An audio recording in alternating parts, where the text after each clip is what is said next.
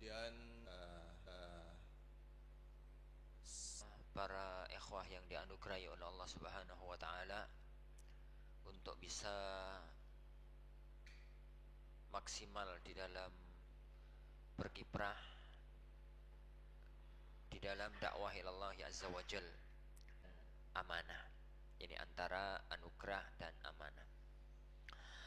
Para hadirin Allah wa yakum, berangkat dari sesuatu yang sering anak ulang-ulang di majelis ini. Sering itu anak ulang-ulang di majelis ini, bahwa kita itu adalah makhluk yang dipilih oleh Allah Subhanahu wa taala. Makhluk yang pilihan, dipilih dengan kemuliaan, dipilih dengan keagungan. Karena kodrat Allah di muka bumi ini pada semua makhluknya termasuk manusia itu sama.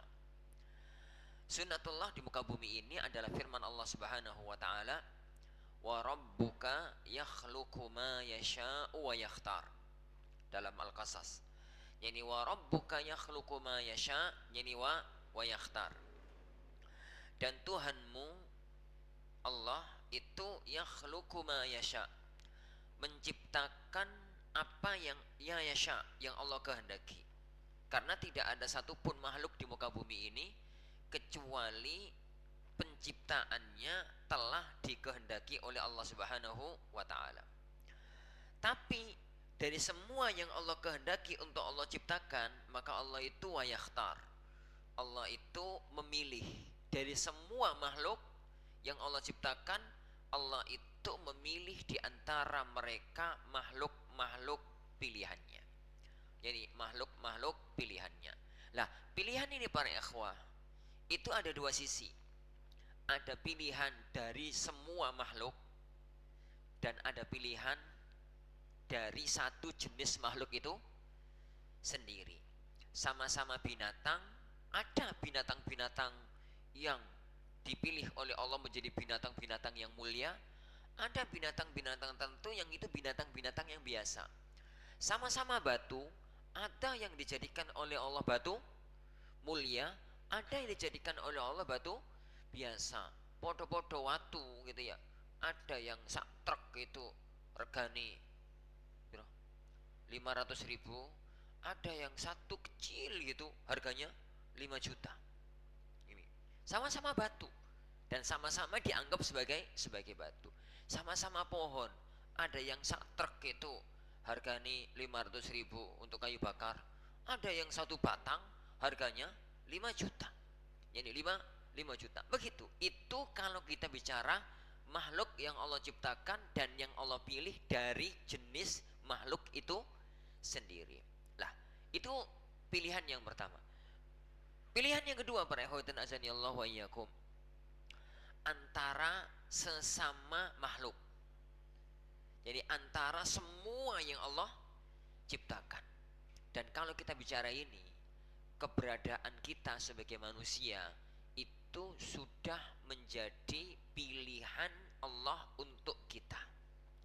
Jadi keberadaan kita sebagai manusia, terlahir sebagai manusia, itu adalah apa ya? Keagungan Allah untuk menjadikan kita sebagai manusia. Karena terlahir sebagai manusia itu adalah sebuah kemuliaan, adalah sebuah keagungan. Jadi dalam firman-Nya Allah Subhanahu wa taala berfirman, "Walaqad karramna bani Adam." Dan sungguh kami Allah telah memuliakan anak keturunan Adam. Wa hamalnahum fil barri wal bahri, dan kami bawa mereka untuk hidup di daratan, hidup di lautan. Wa razaqnahum, dan kami berikan rezeki kepada mereka minat thayyibat, dari semua rizki-rizki yang baik. Wa faddalnahum ala katsirin mimman khalaqna tafdhila, dan kami lebihkan mereka, kami muliakan manusia di atas banyak makhluk-makhluk Allah yang lain. Dalam ayat ini para hadirin azani Allahu yani wa iyyakum. Dalam ayat ini Allah Subhanahu wa taala memberikan kepada kita penegasan bahwasanya manusia itu Allah muliakan dari 4 sisi. Yang pertama, Allah Subhanahu wa taala mengatakan walaqad karramna. Secara umum Allah itu memuliakan manusia. Walaqad karramna. Jadi Allah itu memuliakan manusia. Allah Subhanahu wa taala menjadikan kita itu makhluk yang sempurna. Allah meletakkan kepada kita itu fisik yang baik. Allah meletakkan kepada diri kita itu ada akal, ada yani fitrah, ada akal, ada perasaan. Allah memberikan kepada kita itu ilmu. Allah memberikan kepada manusia berbagai macam yani bentuk takrim, bentuk pemuliaan. Kita dijadikan oleh Allah jadi satu-satunya makhluk Allah yang punya pakaian itu kan hanya manusia. Ini makhluk Allah yang ada di dunia ini. Kalau kita nggak bahas malaikat ya, malaikat kan kita nggak tahu. Kita juga nggak bahas jin. Jin itu dipakai apa enggak? Orang ngerti ya bu. Kono dalile ngono ya. Yang jelas kita itu kan melihat di dunia ini hanya dua, manusia sama binatang. Binatang itu hukum dasari nggak punya pakaian. Lah ini ono binatang kok dikasih pakaian, iku nggak ngerti. Sing kemuliaan binatangnya apa sing beres manusia. Jadi, tapi yang penting, jadi itu adalah kita sebagai manusia. Yang kedua, Allah Subhanahu wa taala menjadikan manusia itu bisa hidup di daratan, bisa hidup di lautan. Allah bisa menjadikan wahamalnahum fil barri wal bahar. Bisa hidup di daratan, mencari nafkah di daratan, dan bisa hidup di lautan, mencari nafkah di lautan. Ada orang itu yang hidupnya di daratan, ada orang itu yang hidupnya di lautan, ada orang yang hidup di dua-duanya. Yang ketiga, makanan yang Allah berikan kepada kita itu ini adalah makanan yang baik-baik. Warazaqnahum minat thayyibat. Yang terakhir dan ini kalimat puncaknya adalah wa faddalnahum ala katsirin mimman khalaqna tafdhila. Dalam dunia nahwu ya, ikhwan, tafdhila itu apa namanya? Maf'ul mutlak. Gitu tah? Maf'ul mutlak. Yang maf'ul mutlak dalam arti di sini itu kalimat penguat. Benar-benar kami muliakan, kami lebihkan manusia itu dibandingkan semua makhluk kami. Yani wa faddalnahum dan kami lebihkan. Yani mereka ala katsirin mimman khalaqna. Yani atas semua yang kami ciptakan tafdila dengan sebenar-benarnya berlebihan. Jadi kami benar-benar melebihkan manusia dibandingkan semua makhluk-makhluk Allah yang lainnya. Ini pilihan yang pertama sebagai apa manusia. Ini Allah Subhanahu wa taala menciptakan kita sebagai manusia itu sudah anugerah. Jadi sekedar kita tercipta bukan sebagai binatang. Sekedar kita tercipta bukan sebagai makhluk yang lain. Tapi kita tercipta sebagai manusia, itu anugerah yang besar dari Allah Subhanahu wa ta'ala. Taib, ini saringan babak pertama. Kita lanjut. Di antara semua manusia, Allah Subhanahu wa ta'ala telah memilih kita untuk menjadi manusia yang muslim. Dan ini pilihan yang kedua. Dan ini pilihan yang kedua. Allah menjadikan kita itu bukan sekedar manusia. Karena manusia itu hanya mulia di titik zatnya. Yani dia itu sebagai makhluk manusia. Tapi Allah telah menjadikan kita, menyaring kita dari semua manusia yang ada, menjadi manusia yang muslim, beragama Islam. Dan itu saringan yang kedua. Dan kita termasuk di antara yani orang-orang yang dipilih oleh Allah Subhanahu wa taala yani tersebut. Dalil tentang bahwasanya manusia itu, keislaman itu adalah satu keagungan, satu kemuliaan, satu yani yang lainnya itu sangat tegas. Firman Allah Subhanahu wa taala, "Innad dina indallahil Islam." Agama yang Allah ridhoi itu hanyalah agama Islam. Innad dina, sungguhnya satu-satunya agama yang indallah, yang diakui oleh Allah adalah al-Islam, adalah agama Islam. Baik kita katakan mana Islam di sini adalah agama yang dibawa oleh Muhammad sallallahu alaihi wasallam, atau makna Islam di sini adalah semua bentuk penyerahan diri kepada Allah. Tapi ya antara kedua tafsir ini maknanya sama sebenarnya itu. Yahudi itu muslim di zaman Nabi Musa.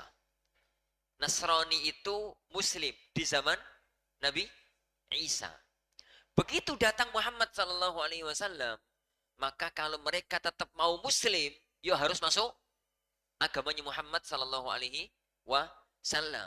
Karena berarti itu bentuk istislam. Islam itu kan istislam, penyerahan diri. Bentuk Anda itu tunduk dan patuh kepada Allah. Kiwingi di zaman Nabi Musa, monggo mengikuti ajaran Nabi Musa.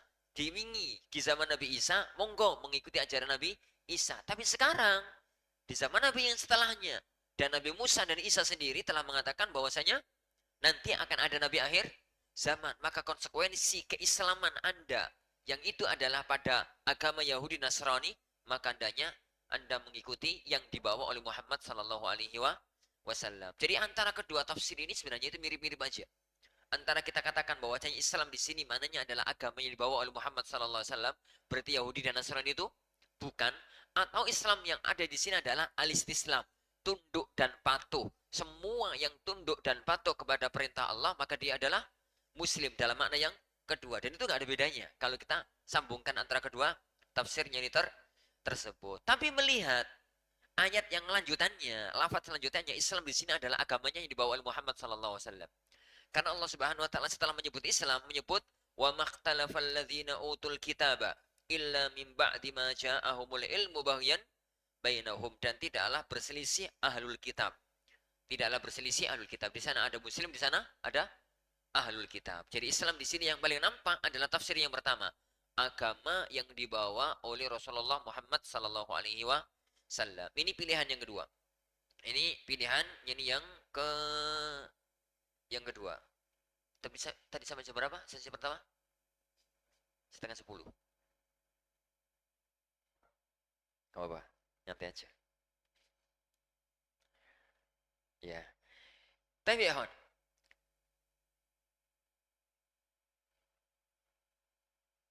Time. Setelah kita itu berada dalam keagungan agama Islam yang mulia ini, Allah tidak mencukupkan diri dengan menjadikan kita muslim. Dengan menjadikan kita muslim.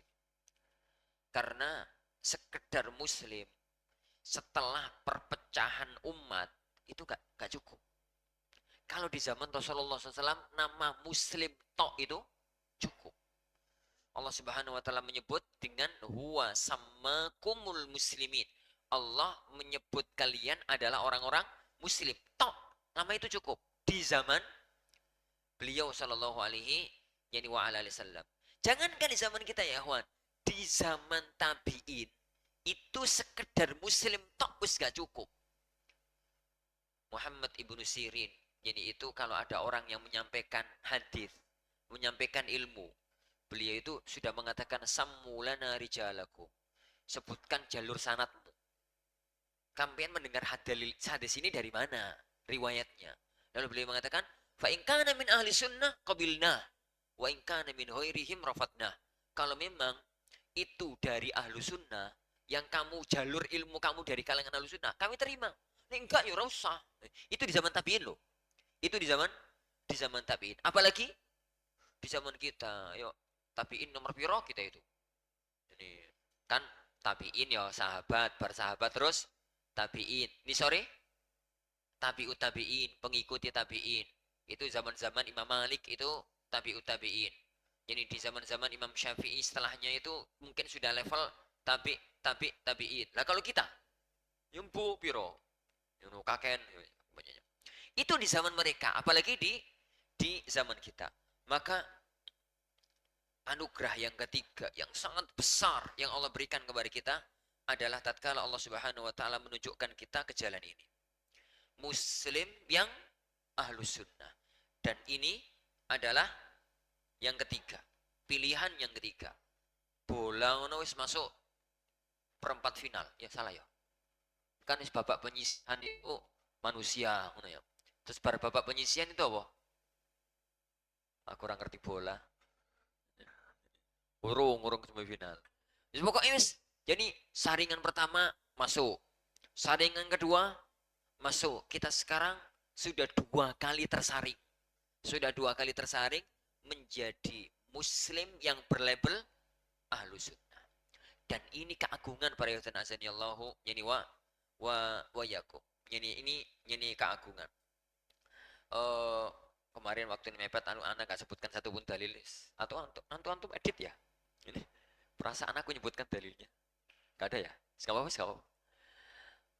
Ini ngomong apa mau? Ya. Jadi inti para hadirin Allahu wa yakum sebagai ini Ahlussunnah. Perhatikan. Jika Abul Aliyah itu imam zaman tabi'in.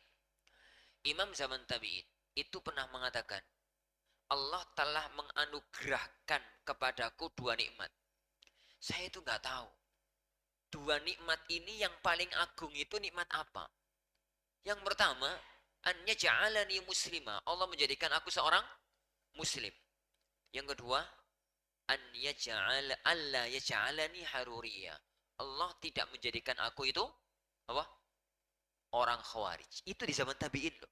Apalagi di zaman sekarang bicara tentang masalah kemuliaan dijadikan oleh Allah kita sebagai Ahlussunnah itu adalah sebuah keagungan, sebuah kemuliaan yang amat sangat mulia. Ahlussunnah itu dalam arti umum ya, Ahlussunnah yang mereka adalah orang yang berusaha untuk meniti, memahami sunnahnya Rasulullah SAW dan mengamalkannya sebagai apapun kita. Jadi ada pedagang Ahlussunnah, ada petani yang Ahlussunnah, ada orang awam yang Ahlussunnah, ada apapun gitulah.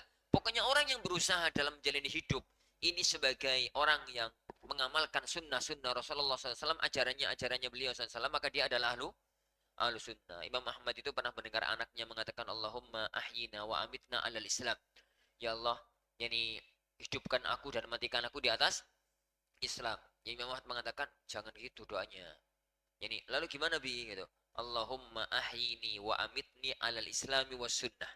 Ya Allah hidupkan aku dan matikan aku di atas Islam dan sunnah. Islam itu kapan jelas? Ini di zaman Ahmad. Ini di zaman Imam Ahmad rahimahullah taala. Apalagi zaman sekarang. Tek. Allah yakum. Setelah pilihan yang ketiga, Allah Subhanahu wa taala menganugerahkan kita para ikhwah itu menjadi ahlu sunnah di level khusus, ahlu sunnah yang talibul ilm, penuntut ilmu, ahlu sunnah yang penuntut ilmu. Dan penuntut ilmu ya Juan, di kalangan ahlu sunnah itu kan ada dua level ya. Ini sejak zaman sahabat loh. Ini level penuntut ilmu ini sudah sejak zaman sahabat. Penuntut ilmu intensif apa intensif yo, insentif itu kan duit yo. Intensif gitu, penuntut ilmu yang apa ya, yang serius gitu, benar-benar mencurahkan waktu untuk menuntut ilmu. Yang kedua, menuntut ilmu yang ya di sela-sela kesibukan yang lain itu sesekali menyempatkan diri untuk menuntut ilmu. Lah, untuk level yang pertama, kalau di zaman sahabat itu kelas-kelas Abu Hurairah. Kalau zaman sekarang, yo para santri. Ya, kalau sekarang yo jadi para santri, anak-anak pesantren gitu, dan macam-macamnya. Di level yang kedua, para yang dia itu mempunyai kewajiban asas, mempunyai kewajiban pokok yang lain. Tapi dia itu kemudian menyempatkan ilmu dari ini itu berderajat. Ini itu berderajat. Ada yang jadi taklimnya itu misalkan jadi 2 hari sekali. Itu kelas-kelas Umar bin Khattab radhiyallahu an. Itu taklimnya 2 hari sekali. Sebenarnya sehari sekali sih. Hanya kan yang gak hadir langsung, minta disampaikan oleh temennya. Kalau sekarang no yuk tiap hari taklim tapi kadang-kadang offline, kadang-kadang online. No, kalau zaman sekarang, jadi gambaran zaman sekarang itu semacam itu. Ada yang ya sempatnya sepekan sekali, sepekan 2 kali.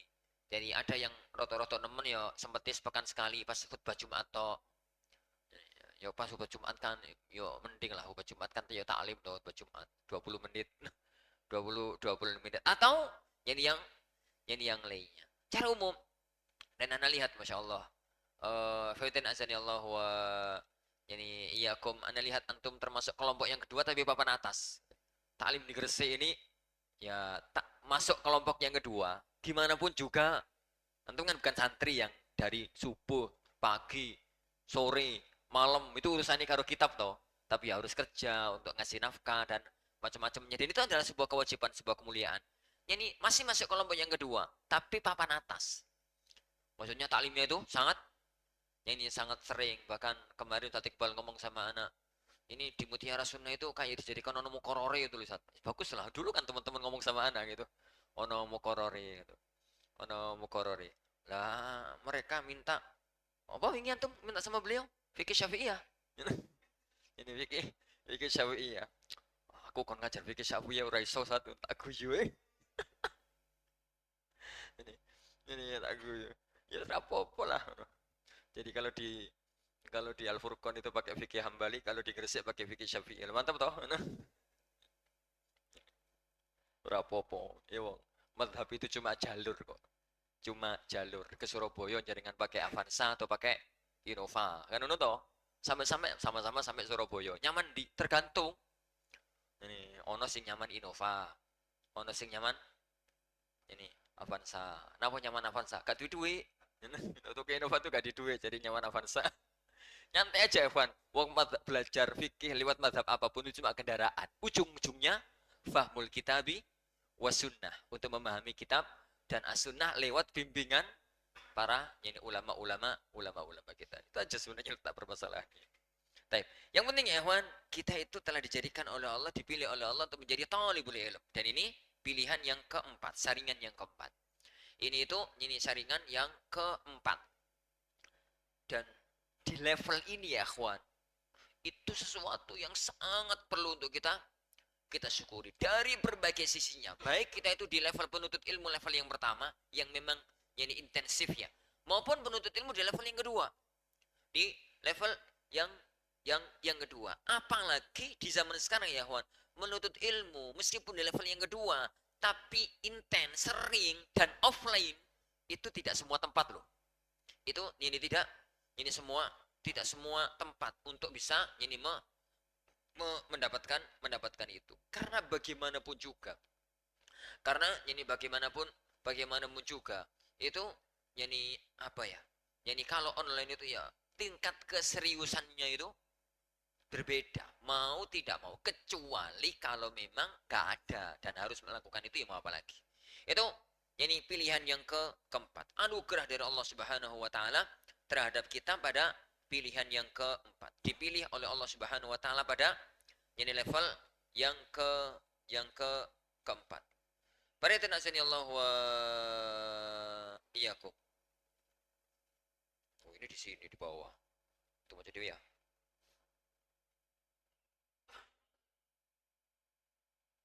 Tem. Yang berikutnya pariyatan asani Allahum, setelah kita itu muslim, kemudian kita itu apa? Muslim ahlu sunnah yang menuntut ilmu gitu ya, yang menuntut ilmu, maka kita sekarang yani pada pilihan yang berikutnya. Allah Subhanahu wa taala kita memilih, oh kita itu manusia ya, kok nomor papat. Kita itu dipilih Allah sebagai manusia, tidak tercipta sebagai binatang. Kita sebagai manusia toh, manusia yang muslim. Sebagai manusia yang muslim ahlu sunnah. Ahlu sunnah bukan. Ahlu sunnah itu ada ahlu sunnah awam, ada ahlu sunnah penuntut ilmu. Kita itu masuk ke dalam, dipilih oleh Allah menjadi ahlu sunnah yang mereka itu penuntut ilmu. Bahkan anak katakan ya kawan, level penuntut ilmu antum itu bukan level penuntut ilmu yang biasa, tapi level penuntut ilmu yang bagi anda sudah intens.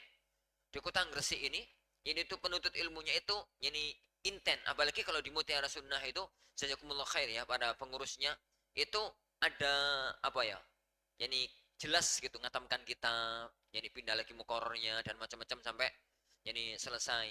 Karena kajian-kajian di banyak tempat ini itu kan masya Allah, aku yani di Nurul Jannah itu Riyadhus Shalihin mulai sejak berapa tahun yang lalu sampai sekarang kak katam-katam.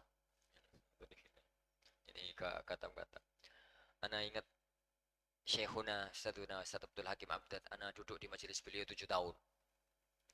Sejak awal masuk Libya sampai lulus Fakultas Syariah itu seingat ana gak sampai 7 tahun deh. Yang aktif itu 5 tahunan. Karena di tahun yang ke-6 itu kita pindah pindah kampus dan jauh dari tempat ngaji beliau. Yo, malas-malas barang. Kalau sebelumnya kan deket gitu. Sebelumnya itu deket inten. Karena di majelis beliau itu 5 tahun. Jadi pada waktu beliau menghatamkan Sahih Bukhari, jadi beliau itu mengatakan bahwa Sahih Bukhari itu katam 30 tahun. 30 tahun katam. Nah, kalau apa itu ini kutub sitah butuh umurnya Nabi Nuh, butuh umurnya Nabi Nuh. Padahal satu hakim itu ngaji itu dari jam 8 zuhur tiap Sabtu, tiap Sabtu. Jadi dulu tapi ya, jadi nggak tahu setelahnya itu kemudian dirubah, jadi hari apa dan jam berapa. Dulu pada waktu anak masih di Jakarta. Baik, perhatian aja nih Allah wa iyakum. Jadi kita itu adalah Muslim yang ahlu sunnah, yang penuntut, jadi penuntut ilmu, dan kita dikasih oleh Allah anugerah, dipilih oleh Allah Subhanahu wa taala, dipilih oleh Allah Subhanahu wa taala untuk masuk di level yang kelima, dan ini pilihan yang sangat agung. Apa itu ya, kawan? Bukan sekedar penuntut ilmu, tapi penuntut ilmu yang diberikan oleh Allah kesempatan, yang diberikan oleh Allah anugerah untuk berkiprah dalam dunia dakwah dan pendidikan.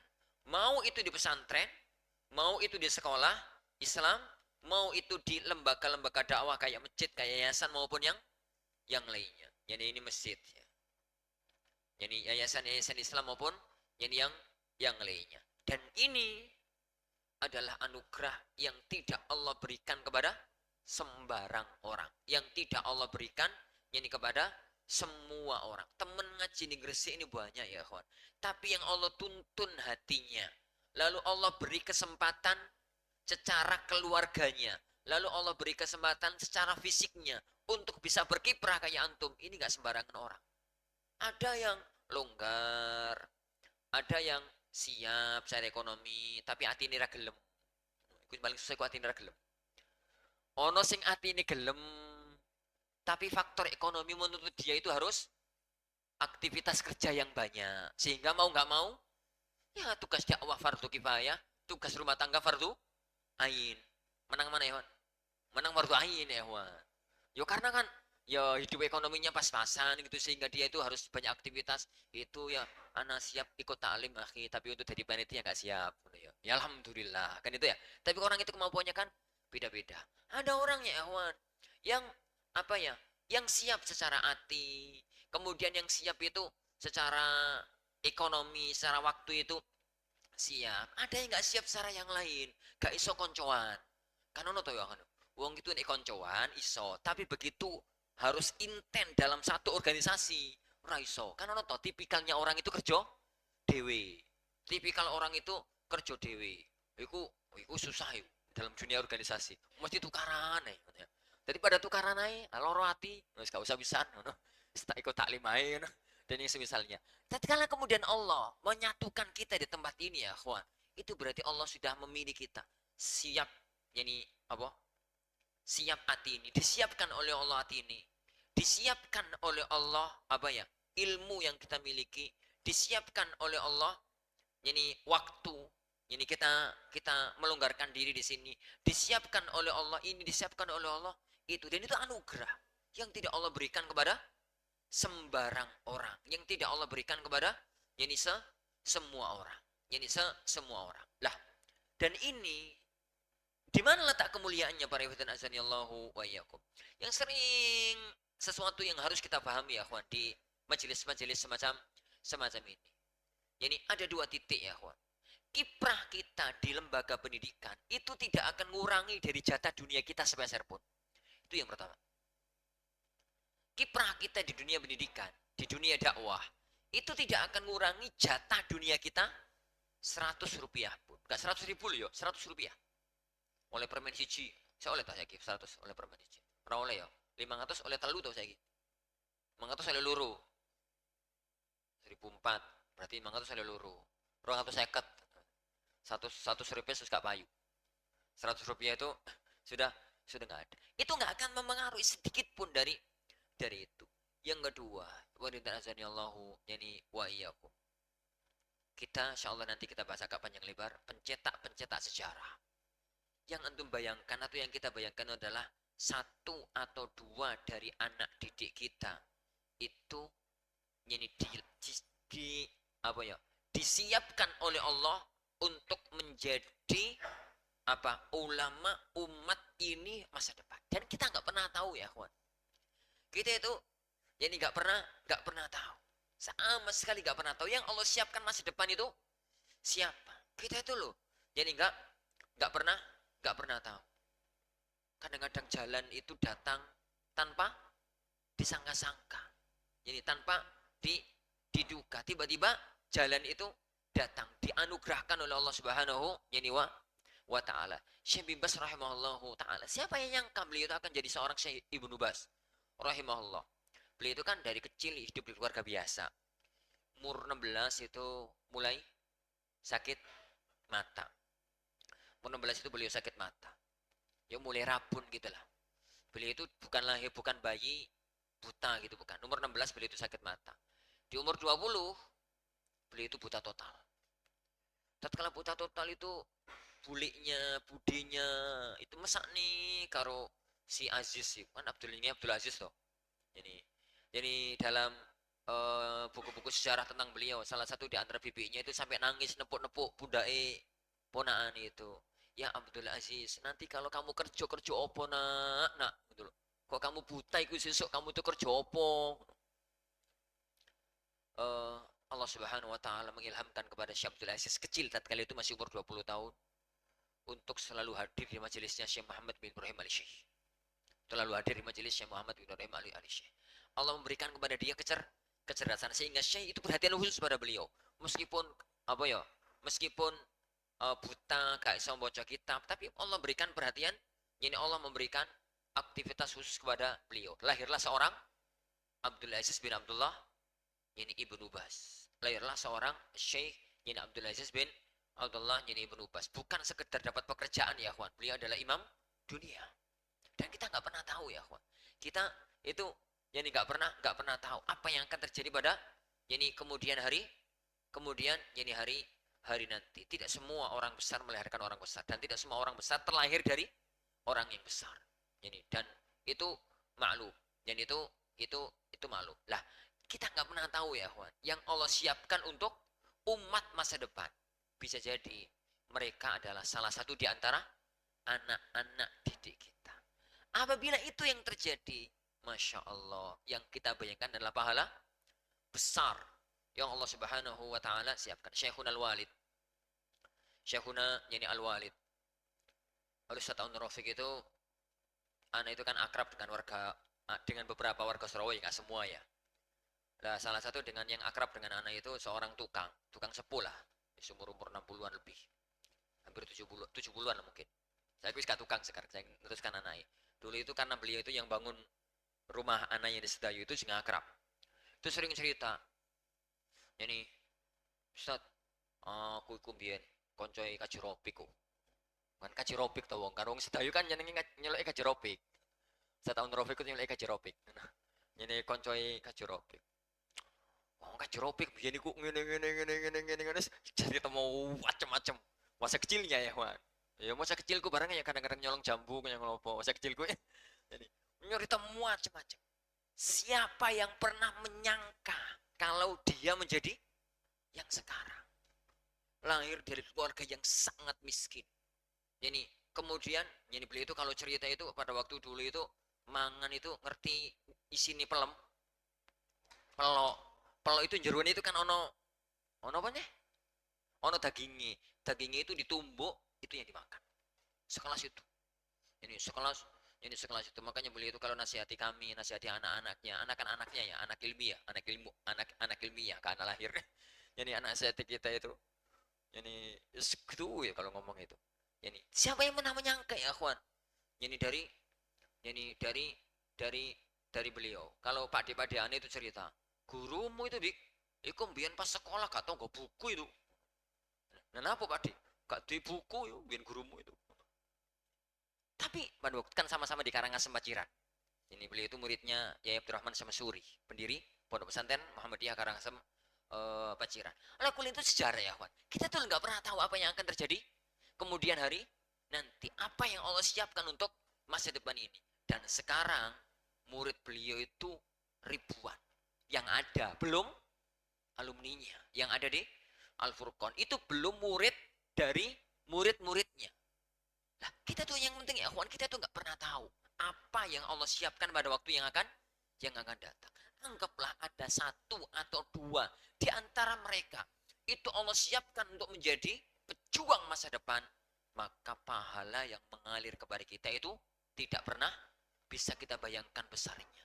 Dan siapapun yang mempunyai kiprah dalam dunia dakwah ini, sebagai apapun juga, maka dia itu akan menjadi orang-orang yang mulia di sisi Allah Subhanahu wa ta'ala. Makanya anak tulis ini, cobalah bayangkan semua kebaikan yang diamalkan oleh anak-anak yang didik kita, terutama jenengan para ikhwah, itu di generasi pondasi. Itu di generasi ini pondasi. Anak itu salah satu yang mendorong anak mengizinkan Zauja untuk ngajari TK. Itu gara-gara ini ya. Zaujanya kan ngajar TK. Ini ngajar di TK. Sebenarnya ribet ya, kawan. Wallahi, sebenarnya terlalu ribet. Ya, anak itu dari bangun tidur sampai malam. Jadi anak itu sering pulang dari Gresik ini itu kali rumah, mampir kantor. Saat ditunggu saat, dia tunggu atau jam 10 dia tunggu.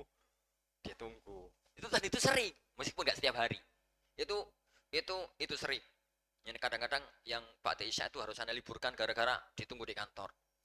Tunggu di kantor. Ribet memang ya, Wan. Itu kalau urusan rumah tangga, Zauja itu kemudian di rumah, kemudian gak ngajar, itu kan lebih enak tuh sebenarnya, itu lebih nyaman. Tapi tak pikir. Jadi tak pikir. Anak tuh berpikirnya coba begini. Anak itu kalau di Al Furqon ngajari wong tukaran terus. Kan ngajari fikih perbandingan madhab toh. Jadi itu loh teman-teman Al Furqon itu. Jadi itu agenda itu barusan lulus tahun kemarin. Jadi anak kalau masuk kelas, sebagian ilmu-ilmu rumit, pelajaran-pelajaran rumit, itu makainya jarang-jarang.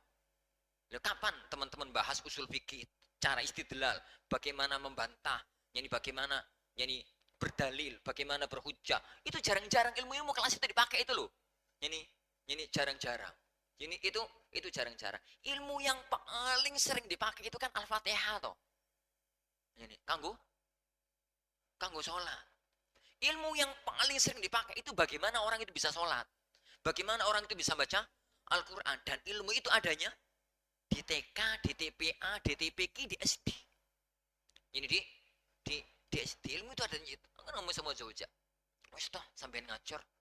Aku ilmu gue iki. Yani manfaat apa ora ngene iki. Yani wes toh ngajar di TK. Yani ben kita saling yani melengkapi. Yani saling untuk melengkapi. Ribet-ribet itu di rumah nggak apa-apa lah. Ribet-ribet itu di rumah dalam arti ribet ya kan. Ribet urusan rumah itu kadang-kadang ribet. Ya usahlah bismillah. Yani insyaallah subhanahu wa ta'ala membawa yani keberkahan, yani keberkahan dalam menjalani yani kehidupan. Yang kita pikir itu hanya itu ya kawan. Jadi ilmu yang paling banyak digunakan yani oleh kaum muslimin itu ilmu level dasarnya di TK, di TPQ, di SD, dan di level-level yani tersebut di level yani tersebut. Tapi yani dan itu yang perlu dipahami. Jadi cobalah bayangkan semua kebaikan yang kita amalkan, yang akan diamalkan oleh anak didik kita, maka kita akan mendapatkan bagian dari pahalanya. Jadi ilmun yuntafa'u yani bihi, ilmu yang manfaat. Dan masuk juga selain masuk dalam ilmu yuntafa'u bihi para ikhwah, juga masuk dalam waladun salihin yad'ulah. Ya meskipun tafsir ini dimunculkan oleh sebagian para ulama, ya meskipun artinya gak pati serk ya kawan, tapi itu muncul sebagian para ulama. Kata mereka, anak itu ada dua. Anak itu ada dua. Jadi ada walad gitu ya. Sulb, ada anak dari jalur kandungan, dari jalur nasab gitu ya. Ada waladu ilm. Ada anak dari jalur ilmu. Ada anak itu anak ini nasab, ada anak itu anak ilmu. Lah, kalau memang tafsir ini benar ya, tapi ini dimunculkan oleh sebagian para ulama tafsir ini. Meskipun yang nampak waladun soleh ini anak nasab. Karena anak ilmu sudah masuk di yang sebelumnya. Ilmun yuntafa'u bihi. Anak nasab tuh ya, kawan. Anak nasab itu wis dipandang akeh, tetep titi. Anakku 10 seni ini karo bapak kok. Pada waktu anak kana lahir yang ke-8, itu bapak itu ngomong gini, "Bik, wis yo, jo nambah ne."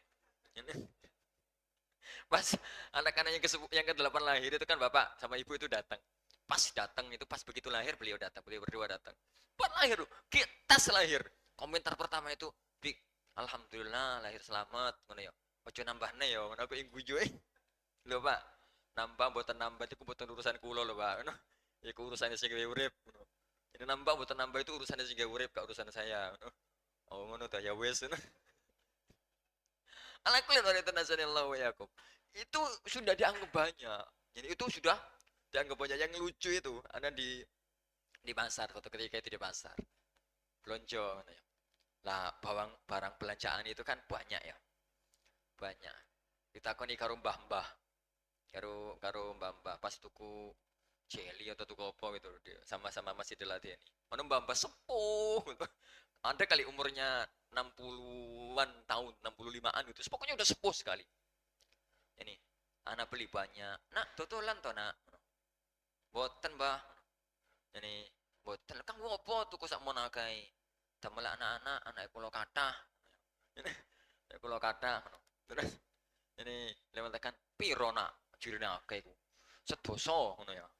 Ngono kok aku dipeluk ya wan mbah-mbah gak setapa 14 mbah-mbah itu. Masya Allah nak, anak 10 ku piye carane ngono. Alhamdulillah ya, Wan. Anak segitu itu iki piye tambah pikiranku. Alhamdulillah kalau sing moto ngono. Alhamdulillah ya, Wan. Anak segitu itu sudah banyak, anak nasab ya. Tapi kalau anak ilmu segitu itu dikit, dikit sekali. Anak ilmiah 1000 itu ya pas-pasai. Dalam arti gak ada yang mengatakan, muridnya akeh, enggak gitu, normal-normal aja. Ini anak segitu itu normal aja. Jadi anak ilmiah itu jauh lebih banyak dibandingkan anak nasab. Lah, semakin banyak anak itu kemungkinan semakin ada orang-orang yang disiapkan oleh Allah menjadi generasi masa depan lebih kuat. Lebih kuat. Kita itu nggak pernah tahu teman-teman sekalian. Yang akan meneruskan kiprah kita itu anak kita dalam arti anak nasab ataukah anak kita dalam arti anak ilmu. Jadi anak kalau iso yo kita itu kan berharap kepada Allah yo anak ilmu yo anak nasab ngono tuh. Tapi kan yo gak mesti toh. Kita itu mencari dari semua ini sisinya. Kita itu ini mencari dari ini semua sisinya. Jadi lah para yutina azanillahu wa iyyakum. Hadis. Lah, keutamaan ya kawan dalam dunia ilmiah, dalam dunia pendidikan. Dalam dunia ilmiah, dalam dunia pendidikan. Ini tidak Allah khususkan bagi pengajar. Tidak Allah khususkan ya kawan bagi pengajar. Tapi Allah berikan kepada semua yang berkiprah. Semua yang berkiprah. Bahasanya Rasulullah SAW. Meskipun ini hadis yang berkaitan dengan jihad. Menjahaza ghazian fi sabilillah. Barang siapa yang menyiapkan orang untuk berperang di jalan Allah, faqad ghaza, maka hukumnya dia itu seperti yang ikut berperang sendiri. Ini ikut, ini berperang sendiri. Maknanya Allahu ayakum. Kalau kita bicara tentang fisabilillah dalam arti berjuang di jalan Allah dalam arti ilmu loh ya. Dalam arti ilmu. Keberjuang di jalan Allah kan bisa jadi dalam arti perang, jihad fisabilillah. Bisa jadi dalam arti ilmu, menyebarkan ilmu. Yang menyiapkan orang untuk menjadi pejuang ilmu itu nggak hanya ustadzahnya, itu nggak hanya ustadznya. Iya, ustadz dan ustadzahnya itu jelas, gitu. Tapi itu nggak hanya ustadz dan ustadzahnya, tapi itu adalah siapapun yang bisa berkiprah di situ, siapapun yang bisa berkiprah di tempat ini itu bisa jadi apapun lah, jadi Jadi pengurus yayasane, jadi pengurus pendidikan nih, jadi bendaharai, jadi itu, jadi apapun. Yang jadi apapun. Allah itu maha agung ya, Allah itu maha mulia. Allah itu maha yani sentosa, Allah itu maha segalanya. Yani Allah itu memberikan kebaikan itu kepada siapapun yang berkiprah. Anak kelupaan menulis hadis dalam Sahih Muslim yang kondang itu.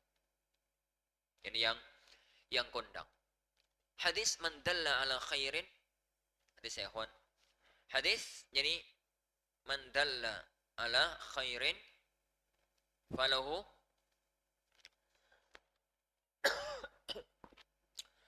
mithlu ajri fa'ilih. Barang siapa yang menunjukkan orang lain untuk berbuat kebaikan, falahu mithlu ajri fa'ilih, maka dia mendapatkan semacam pahala pelakunya. Di sini para yutin azani Allah wa yakum, itu berkaitan dengan orang yang kepingin pada waktu Rasulullah SAW itu mengumumkan jihad fisabilillah. Jihad itu kan ada dua, jihad perang loh ya. Itu kan ada dua. Ada jihadut talab, ada jihadut difa. Jihadut difa itu adalah kalau negeri kaum muslimin itu diserang, maka itu siapapun yang bisa perang wajib perang. Siapapun yang bisa perang wajib perang. Dan gak perlu izin orang tua apalagi istri. Jadi orang tua ngelarang berangkat. Ini jihad difa wajib ain.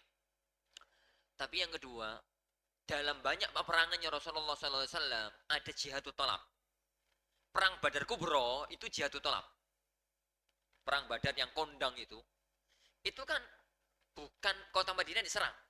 Ceritanya kan kita mau berangkat nyongsong pedagang Quraisy yang pulang dari Syam. Siapa yang mau ikut?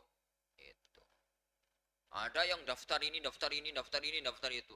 Sebagian sahabat Ansor itu, alah, Rasulullah Shallallahu Alaihi Wasallam kepingin mengambil kembali hartanya. Kita nggak punya urusan wis. Lah pedagang itu kan paling yang membawa pengawal 50 orang, sudah ada 300 orang. Wis gini wae boleh. Oh no. Jadi banyak sahabat Ansor itu nggak apa? Nggak ikut berangkat gara-garai. Bukan niat perang. Niatnya itu apa? Merebut kembali hartanya beliau dan kaum muslimin yang diambil dijarah oleh orang-orang kafir Quraisy. Itu pun yang sudah daftar sudah 300-an. Padahal lumrahe pedagang di zaman itu dikawal oleh sekitar 40 sampai 50 pasukan. Menang-menang. Jadi banyak orang itu yang nggak berangkat. Nah, itu namanya jihadut talab. Itu namanya jihad talab. Dalam suatu ketika Rasulullah SAW itu mengumumkan jihadut talab, jihad untuk menyerang musuh keluar. Ada yang ini apa ya? Ada yang daftar. Lah zaman itu kan negara gak punya duit ya. Negara gak punya duit. Jadi kalau mau perang itu ya bondo dewi, biaya sendiri, beli kuda sendiri, beli tameng sendiri, beli baju besi sendiri, beli pedang sendiri. Ya dodol sawah, dodol opong, non gak duit. Ada satu orang miskin kepingin untuk ikut berperang di jalan Allah Subhanahu wa taala. Pengen untuk ikut berperang di jalan Allah Subhanahu wa taala, mengingat pahala jihad fisabilillah. Tapi nggak punya uang. Kuda nggak punya, tameng nggak punya, pedang nggak punya, masa pergi nggak pakai apa-apa. Itu namanya bunuh diri. Akhirnya beliau menghadap Rasulullah SAW, ya Rasulullah, apa masih ada yani peralatan perang yang iso saya mau ikut. Dicarikan oleh beliau SAW, ternyata nggak ada mas. Gitu. Kata beliau SAW, ya sudah kamu nggak usah berangkat. Nangis beliau. Abad ini nangis. Mengingat pahalanya. Ini kalau seorang itu ya Wan, yang diingat itu adalah pahalanya. Yani kehilangan dapat pahala. Nangis kayak sahabat tadi. Nangis jadi beliau itu. Karena ingin untuk berbuat kemuliaan yang sangat mulia, ternyata nggak bisa. Ternyata kemudian jadi nggak bisa. Lah salah satu di antara orang hadir di majelis itu lalu ngomong, ya Rasulullah, saya punya tetangga ya Rasulullah, yang tetangga ini kemarin sudah siap-siap mau berperang, lah hari ini sakit nggak bisa berangkat. Jadi hari-hari nggak bisa berangkat padahal sudah siap-siap. Ya barangkali jadi beliau mau memberikan peralatan perangnya kepada teman ini untuk bisa berangkat. Oh ya wes, dibawa ke sana. Dibawa ke sana. Orang ini dibawa ke sana, diomongin lah si tetangga yang kaya tadi. Pada waktu tetangga yang kaya tadi diomong, bener, sesuai dengan harapan. Orang tadi sewenang, dia sudah kadung siap-siap, ternyata gak bisa berangkat karena sakit. Akhirnya kudanya dan peralatan perangnya diserahkan kepada orang tadi. Diberitakanlah berita itu kepada Rasulullah SAW. Rasulullah SAW lalu komentari kepada orang yang nunjukkan tadi. Apa kata beliau SAW? Man dalla ala khairin falahu mithlu ajri fa'ilihi. Barang siapa yang nunjukkan orang lain berbuat baik, maka dia mendapatkan pahala yang semisalnya. Jadi kasus ini para ikhwan sekalian. Sahabat tadi itu bondo duit enggak. Bondo ilmu untuk ngajar ya enggak. Dia itu enggak biaya apa-apa, enggak ada yang dia keluarkan. Cuma ngerti kalau ada tetangganya yang semacam itu. Tapi karena itu ada kebaikan yang terlaksanakan, maka kemudian beliau menyebutkan hadis agung itu. Lah, jika itu ya kawan, kalau antum bayangkan kiprah sahabat yang menunjukkan tadi dibandingkan dengan kiprah jenengan yang nggak ngajar di sini, kira-kira besaran mana kiprahnya? Ya besaran antum ya kawan.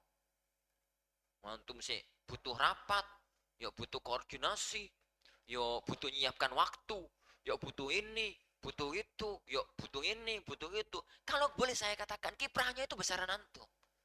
Apabila seorang yang sekelas itu, Rasulullah mengatakan mandalla ala khairin falahu mithlu ajri fa'ilihi. Lalu bagaimana dengan kita? Lalu ini bagaimana ini dengan kita? Ini yang harus kita pikir. Ini itu yang harus ini kita pikir. Dan kaidah umum ya, Wan. A'mal muta'addiyah, ibadah yang muta'addiyah itu lebih utama dibandingkan ibadah yang qasirah. Ibadah, aktivitas kebaikan yang manfaatnya dirasakan oleh banyak orang itu jauh lebih utama dibandingkan dengan apa? Ibadah yang statusnya itu qasirah. Suatu ya, teman-teman Al-Furqan itu ba'da salat Isya, pengurus utama yayasan kumpul, anda tunggu di kantor sekarang, kumpul toh Ustaz, ini malam 27 loh saat Ramadan bisa rapat ini rapat dulu sampai jam 11 malam Ramadan itu malam Lailatul Qadar. Malam Lailatul Qadar. Ana senyum ya pada gitu tuh ya ikhwah. Apa antum kira yang di masjid sedang i'tikaf pahalanya lebih besar daripada kita? Belum tentu. Kita sedang mikirkan, sedang nyusun, sedang melakukan satu tugas bagaimana ini tersalurkan kepada umat dalam detik-detik akhir ini, di hari-hari jelang Idul Fitri ini. Kita itu ibadahnya ibadah yang muta'addiyah. Ibadah yang muta'addiyah. Teman-teman di masjid dengan segala kemuliaan mereka, ibadahnya ibadah qasirah. Ibadah yang khusus untuk mereka sendiri. Dan ibadah yang tidak dimanfaatkan, yang tidak diambil manfaatnya oleh orang lain, sama-sama mulia. Tapi insya Allah yang kita lakukan lebih mulia. Lah kok qadarullah malam itu Lailatul Qadar? Kita tahunya itu paginya. Paginya. Semalam Lailatul Qadar ya, wah. Ini nyesel apa ora? nyesel apa ora? Kalau anak nggak nyesel, anak sama sekali nggak nyesel. Anak malah mengharapkan kejadian tadi malam yang kita amalkan tadi malam itu adalah jadi satu keakuan. Karena setelah rapat anak ke masjid maksudnya. Nah, itu setelah rapat anak itu ke masjid. Teman-teman nggak tahu kemana. Pokoknya anak setelah rapat itu ke masjid. Tapi yang penting ya kawan, memahami agama itu begitu, jangan sempitkan. Bahwasanya kiprah dalam kita beribadah itu tidak Allah batasi dengan ngajar, tidak Allah batasi dengan ini, tidak Allah batasi dengan itu. Ya, tapi Allah itu meluaskan pada semua sisi yang di situ adalah untuk kita beribadah kepada ini Allah Subhanahu wa ta'ala. Ada satu hadis yang dengan ini saya tutup di sesi yang pertama, yaitu sabda Rasulullah sallallahu alaihi wasallam, al-khazin al-muslim al-amin alladhi yunfidhu ma umira bihi fayu'tihi kamilan muwaffaran tayyibatan bihi nafsuh fayadfa'uhu ila alladhi umira lahu bihi ahadul mutasaddiqin. Al-khazin al-muslim, bendahara. Khazin itu bendahara kalau zaman kata. Orang yang nyimpen duit umat, gitu ya. Orang muslim yang nyimpen duitnya umat, yang dia itu menjalankan amanah, amin. Yang dititipi harta oleh orang lain dan dia aman ya, amanah gitu ya. Lalu dia itu melakukan tugasnya di TV yang diserahkan, dikelola dengan baik, lalu dia laksanakan sebagaimana amanat yang ada. Apa kata Rasulullah Shallallahu Alaihi Wasallam? Dia itu adalah ahadul mutasaddiqin. Ahadul mutasaddiqin. Salah satu di antara orang yang bersedekah. Nah itu kalau kemana-mana ya, Wan. Kalau kemana gitu ya. Kemudian sampai di sana, Ustaz, titip nggih. Titip apa, Pak? Titip kangge masjid, titip kanggo uruk, titip kanggo opo gitu. Kadang-kadang transfer aja, Pak. Boten Ustaz, titip jenengan aja. Titip ngono ya. Entah sini 10 juta, anggaplah 10 juta, sini 5 juta, gitu aku kesawan. Napa? Lah mek bondo nerimo, lebono tas, terus sampai di Al-Furqan, serahno bendara, alhamdulillah wis sedekah 10 juta. Padahal gak ngerti duitnya. Padahal aku itu gak ngeluarkan uang. Kan hadisnya beragam begitu. Orang, jadi yang megang uang itu dengan amanah, kata antit, gitu ya. Jadi tak bawa ke pesantren, ngerti antit gak? Ya gak diambil gitu. Tak bawa ke pesantren, tak serahkan kepada bendahara, bendaharanya juga orang amanah, kemudian nanti pada waktunya itu diserahkan kepada bagian pembangunan, jadi bagian pengurukan untuk kemudian melakukan tugas itu dan tersalurkan, maka Masya Allah, ada banyak orang yang di level itu sama-sama sedekah 10 juta. Pertama beliaunya yang duit-duit itu. Yang kedua anak yang nganter gitu. Bawa masukkan tas terus diantar. Ini nganter. Karena di titik ya kawan, seandainya nggak nyampe kantor, ya kono sengeru loh ya. Dan nggak akan ada orang yang curiga. Siapa ada curiga karo aku? Nah, yang sebisa mungkin ada tanya. Ini Pak, tambah kwitansi. Boten Ustaz, boten. Oh, enak toh? Boten kwitansi. Jadi nggak pakai kwitansi. Kalau minta kwitansi biasanya WA-nya Pak, nomor WA. Nomor WA-nya nanti tak kirim via WA. Tapi sewuringnya gak usah Ustaz. Boten Ustaz. Seringnya itu. Kemudian sampai di sana ya kawan. Itu yang kedua. Yang kedua yang ketiga ya kawan, penyimpan yang di pondok, bendahara, keuangan, akuntansinya. Yang keempat, apa?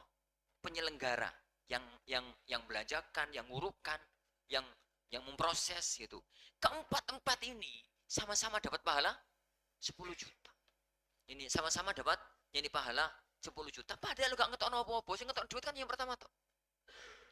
Lah, jika selevel yang saya lakukan itu nilainya kayak begitu, bagaimana dengan jenengan semua ya, kawan? Yang lebih berat loh. Ini kalau tugas sana itu kan yang berat sih amanahnya toh. Yang berat itu kan berarti ini sebenarnya kan ya nggak berat 10 juta itu piro tak abote. Lepono tas gak ngefek gitu ya. Tapi yang berat itu kan amanahnya. Lah, di titik itu kalau kemudian hadisnya semacam ini, apalagi kalau kemudian kita itu benar-benar berkiprah di jalan inna Allah Subhanahu wa taala dengan semaksimal mungkin. Maka ini hakikat ini para ikhwah, fahami dengan tepat.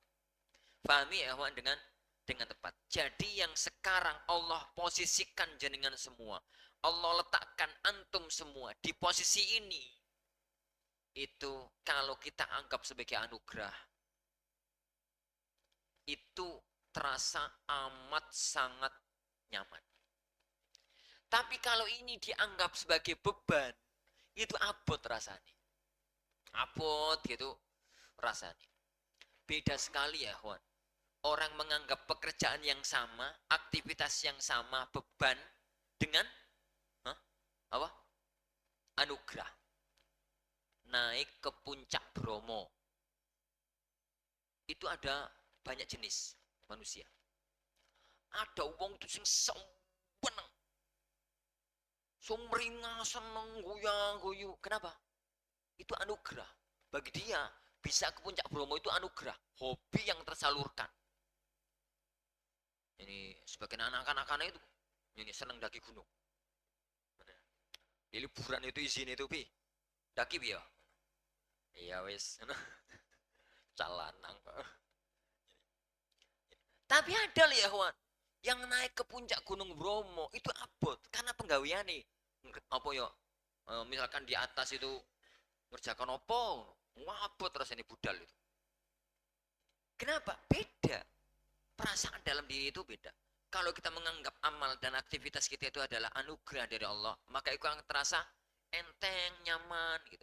Dan kita merasa itu anugerah. Kalau kita pikir akhiratnya dan kita berpikir aktivitas akhirat kita tidak akan mengurangi sedikit pun dari jatah dunia kita. Tidak akan mengurangi sedikit pun dari jatah dunia kita. Tapi kalau kita menganggap bahwasanya itu adalah mengurangi aktivitas kita, mengurangi istirahat kita, mengurangi kenyamanan hidup kita, mengurangi ini, mengurangi itu, di titik itu berat itu muncul. Di titik itu ya, berat itu muncul. Kalau berat itu muncul sesekali, moodnya hilang, semangatnya hilang, itu wajar, manusiawi kalau itu. Sangat amat wajar, itu manusiawi. Tapi jangan sampai itu mengendalikan cara kita berkiprah di dalam yayasan, di dalam komunitas mengaji, kepengurusan masjid, kepengurusan aktivitas-aktivitas taklim dan yang lainnya. Wallahu alam. Insyaallah subhanahu wa ta'ala ini yang kita pelajari di sesi yang pertama, pada poin yang pertama, keutamaan kita berkiprah di lembaga pendidikan dan lembaga-lembaga dakwah Islam. Insyaallah di sesi yang kedua yang kita lanjutkan adalah bagaimana kita menjalankan amanat ini, karena ini adalah anugerah di poin yang pertama, tapi ini adalah amanah. Jadi bagaimana kita menjalankan amanah ini dengan semaksimal yang bisa untuk kita lakukan. Wallahu sallallahu wasallam wa baraka ala nabiyina Muhammad. Assalamualaikum warahmatullahi wabarakatuh. Wa ala alihi wa sahbihi wa man ittaba hudah wa la haula wa ala alihi wa sahbihi wa man ittaba hudah wa la haula wa la quwata illa billah. Amma ba'd. Ikhwani fillah azani Allah yakum. Alhamdulillah kita masuk di sesi yang kedua. Sekarang kita di jam 10, acara kita berhenti di jam 11. Jam 10. Acara kita berhenti di jam 11 insyaallah subhanahu wa taala. Kita kebut ya. Kita kebut apa sak? Mlakune? Hah?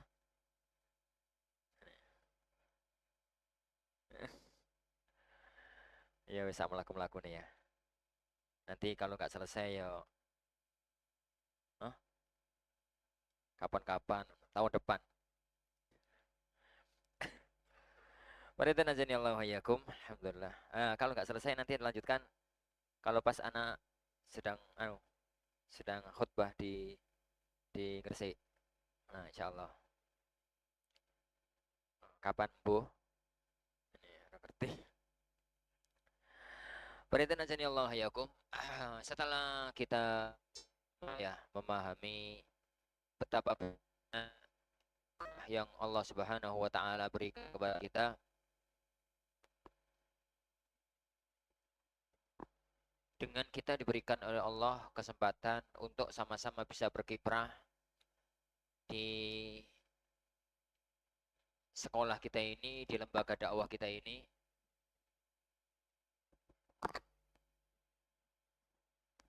sebagai apapun kita, sebagai apapun kita, mulai dari posisi di struktur tadi, mulai dari posisi pembina, pengawas, apalagi pengurus, dan semua bagian yang di bawahnya.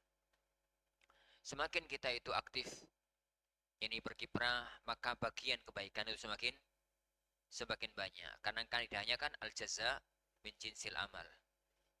Balasan itu tergantung kepada amalnya. Tergantung kepada amalnya, dan masing-masing kita mendapatkan bagian masing-masing sesuai dengan amal kita masing-masing. Jadi dari titik ini para ikhwah, maka ya kita masing-masing berlomba untuk memperbaiki kinerja kita di hadapan Allah Subhanahu wa taala, karena memang itu adalah untuk kita masing-masing. Untuk kita masing-masing. Yang sering Anda sampaikan kalau di Al-Furqan, akad di pesantren itu ada dua ya ikhwah. Mungkin teman-teman Al-Furqan sering dengar kata-kata ini dari Anda kalau pas kumpul-kumpul itu. Akad kita di Al-Furqan itu ada dua. Kok di Al-Furqan, akad antum di sini di Mutiara Sunnah itu ada dua. Mutiara Ahlus Sunnah ya, oke ngerti aku nih jenenge Mutiara Ahlus Sunnah. Itu ada dua. Yang pertama akad ibadah, yang kedua akad kerja. Ini akad ibadah, yang kedua akad kerja, akad muamalah. Akad ibadah para ikhwah itu akad kita dengan Allah Subhanahu wa taala. Karena ini ibadah, ya maka kita membangun hubungan itu bukan dengan manusia, tapi dengan Allah Subhanahu wa taala. Muncullah dari situ akad keikhlasan. Yani apa ya? Akad yani aktivitas sekolah, yayasan, dakwah dibawa pulang gitu. Kalau memang untuk akad ibadah ini gak ada jam kerja, gak ada job desk, gak ada apa.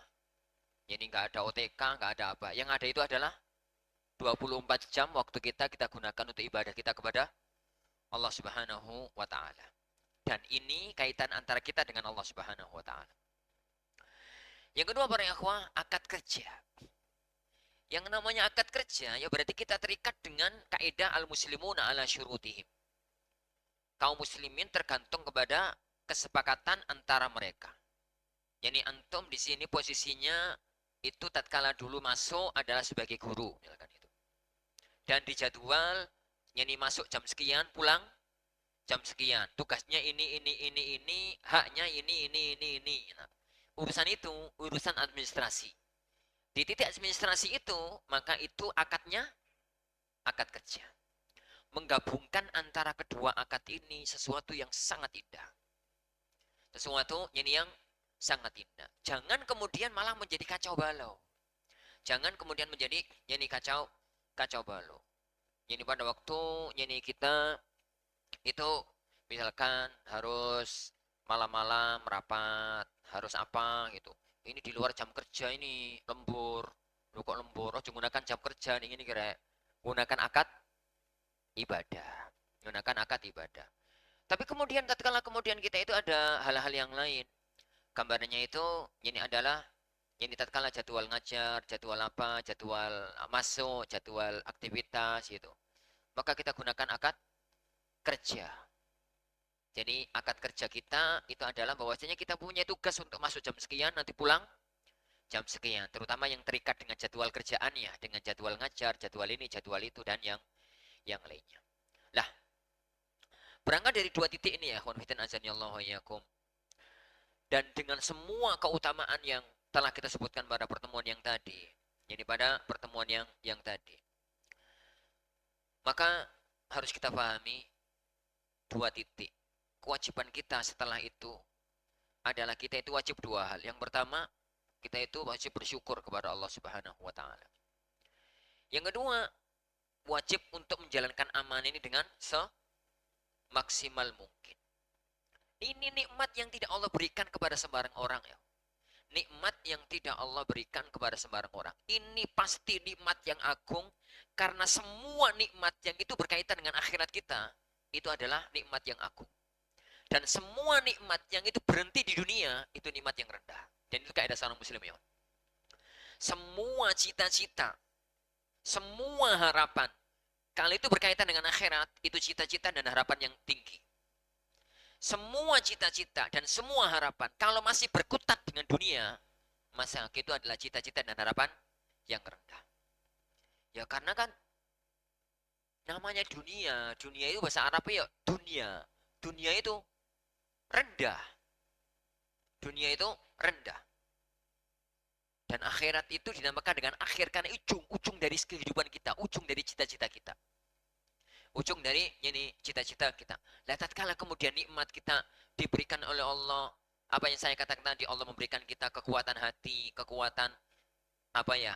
Waktu Allah memberikan kita ini, Allah memberikan kita itu untuk bisa berkiprah di tempat semacam ini, maka itu nikmat yang amat sangat agung dari Allah Subhanahu wa taala. Wajib untuk kita syukuri. Ingat ya, kawan, kaidah ini. Kaidah yang Allah sebutkan dalam Al-Qur'an dan ayat ini kita semua hafal. La in syakartum la azidannakum. Ini kaidah yang pertama. Wala in kafartum inna azabi lasyadid. Ini kaidah yang kedua. Jika kalian itu mau mensyukuri nikmatku, pasti aku akan menambah nikmat kalian. Tapi jika kalian itu mengkufuri, maka ini azabku itu azab yang pedih. Jadi mensyukuri ini akhwan, mensyukuri nikmat ini. Pertama, kita mengakui bahwasanya ini pilihan Allah Subhanahu wa taala. Syukur dalam hati bahwasanya ini anugerah dari Allah. Yang kedua, kita ungkapkan ini dalam lisan kita. Ngomong sak ngomong itu seneng, ngomong sak ngomong itu nyemangati, ngomong sak ngomong itu apa ya?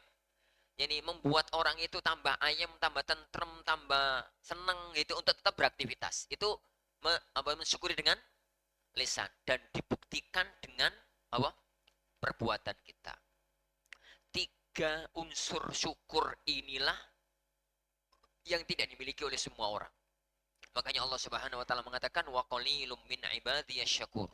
Sedikit sekali di antara hamba-hamba kita yang mau bersyukur. Nek syukur lisan to itu wakeh. Tapi syukur masuk ke hati, masuk ke perbuatan, itu hanya orang sedikit yang melakukannya. Tapi kalau kemudian kita itu kufur, sudah diberikan nikmat yang semacam ini, kemudian ternyata tidak mau mensyukurinya, malah meninggalkannya, malah yang lain. Siapa yang bisa jamin ya, Juan, kalau kemudian nikmat ini gak dicabut oleh Allah Subhanahu wa taala sampai pada titik landasannya. Ini sampai ya, Juan, pada titik landasannya. Kita itu nggak pernah tahu ujung dari kehidupan kita. Kewajiban kita sekarang adalah menjaga nikmat ini, dan bentuk menjaga nikmat ini adalah mensyukurinya. Siapa yang tidak kenal Wasil bin Atha? Kita itu nggak pernah tahu ya, Juan, kenapa kalau Allah mencabut nikmatnya Wasil bin Atha? Kenal Wasil bin Atha? Pendiri Mu'tazilah. Wasil bin Atha itu santri jenius, santrinya Hasan Al-Basri, imam besar ahlu sunnah di zaman itu. Saiki ngono ya muridnya Syekh bin Baz lah. Muridnya imam terkenal, ternama di zaman itu. Saking pintere, Wasil bin Atha itu digadang-gadang sama Hasan Al-Basri untuk menjadi penggantinya setelah beliau nanti meninggal dunia.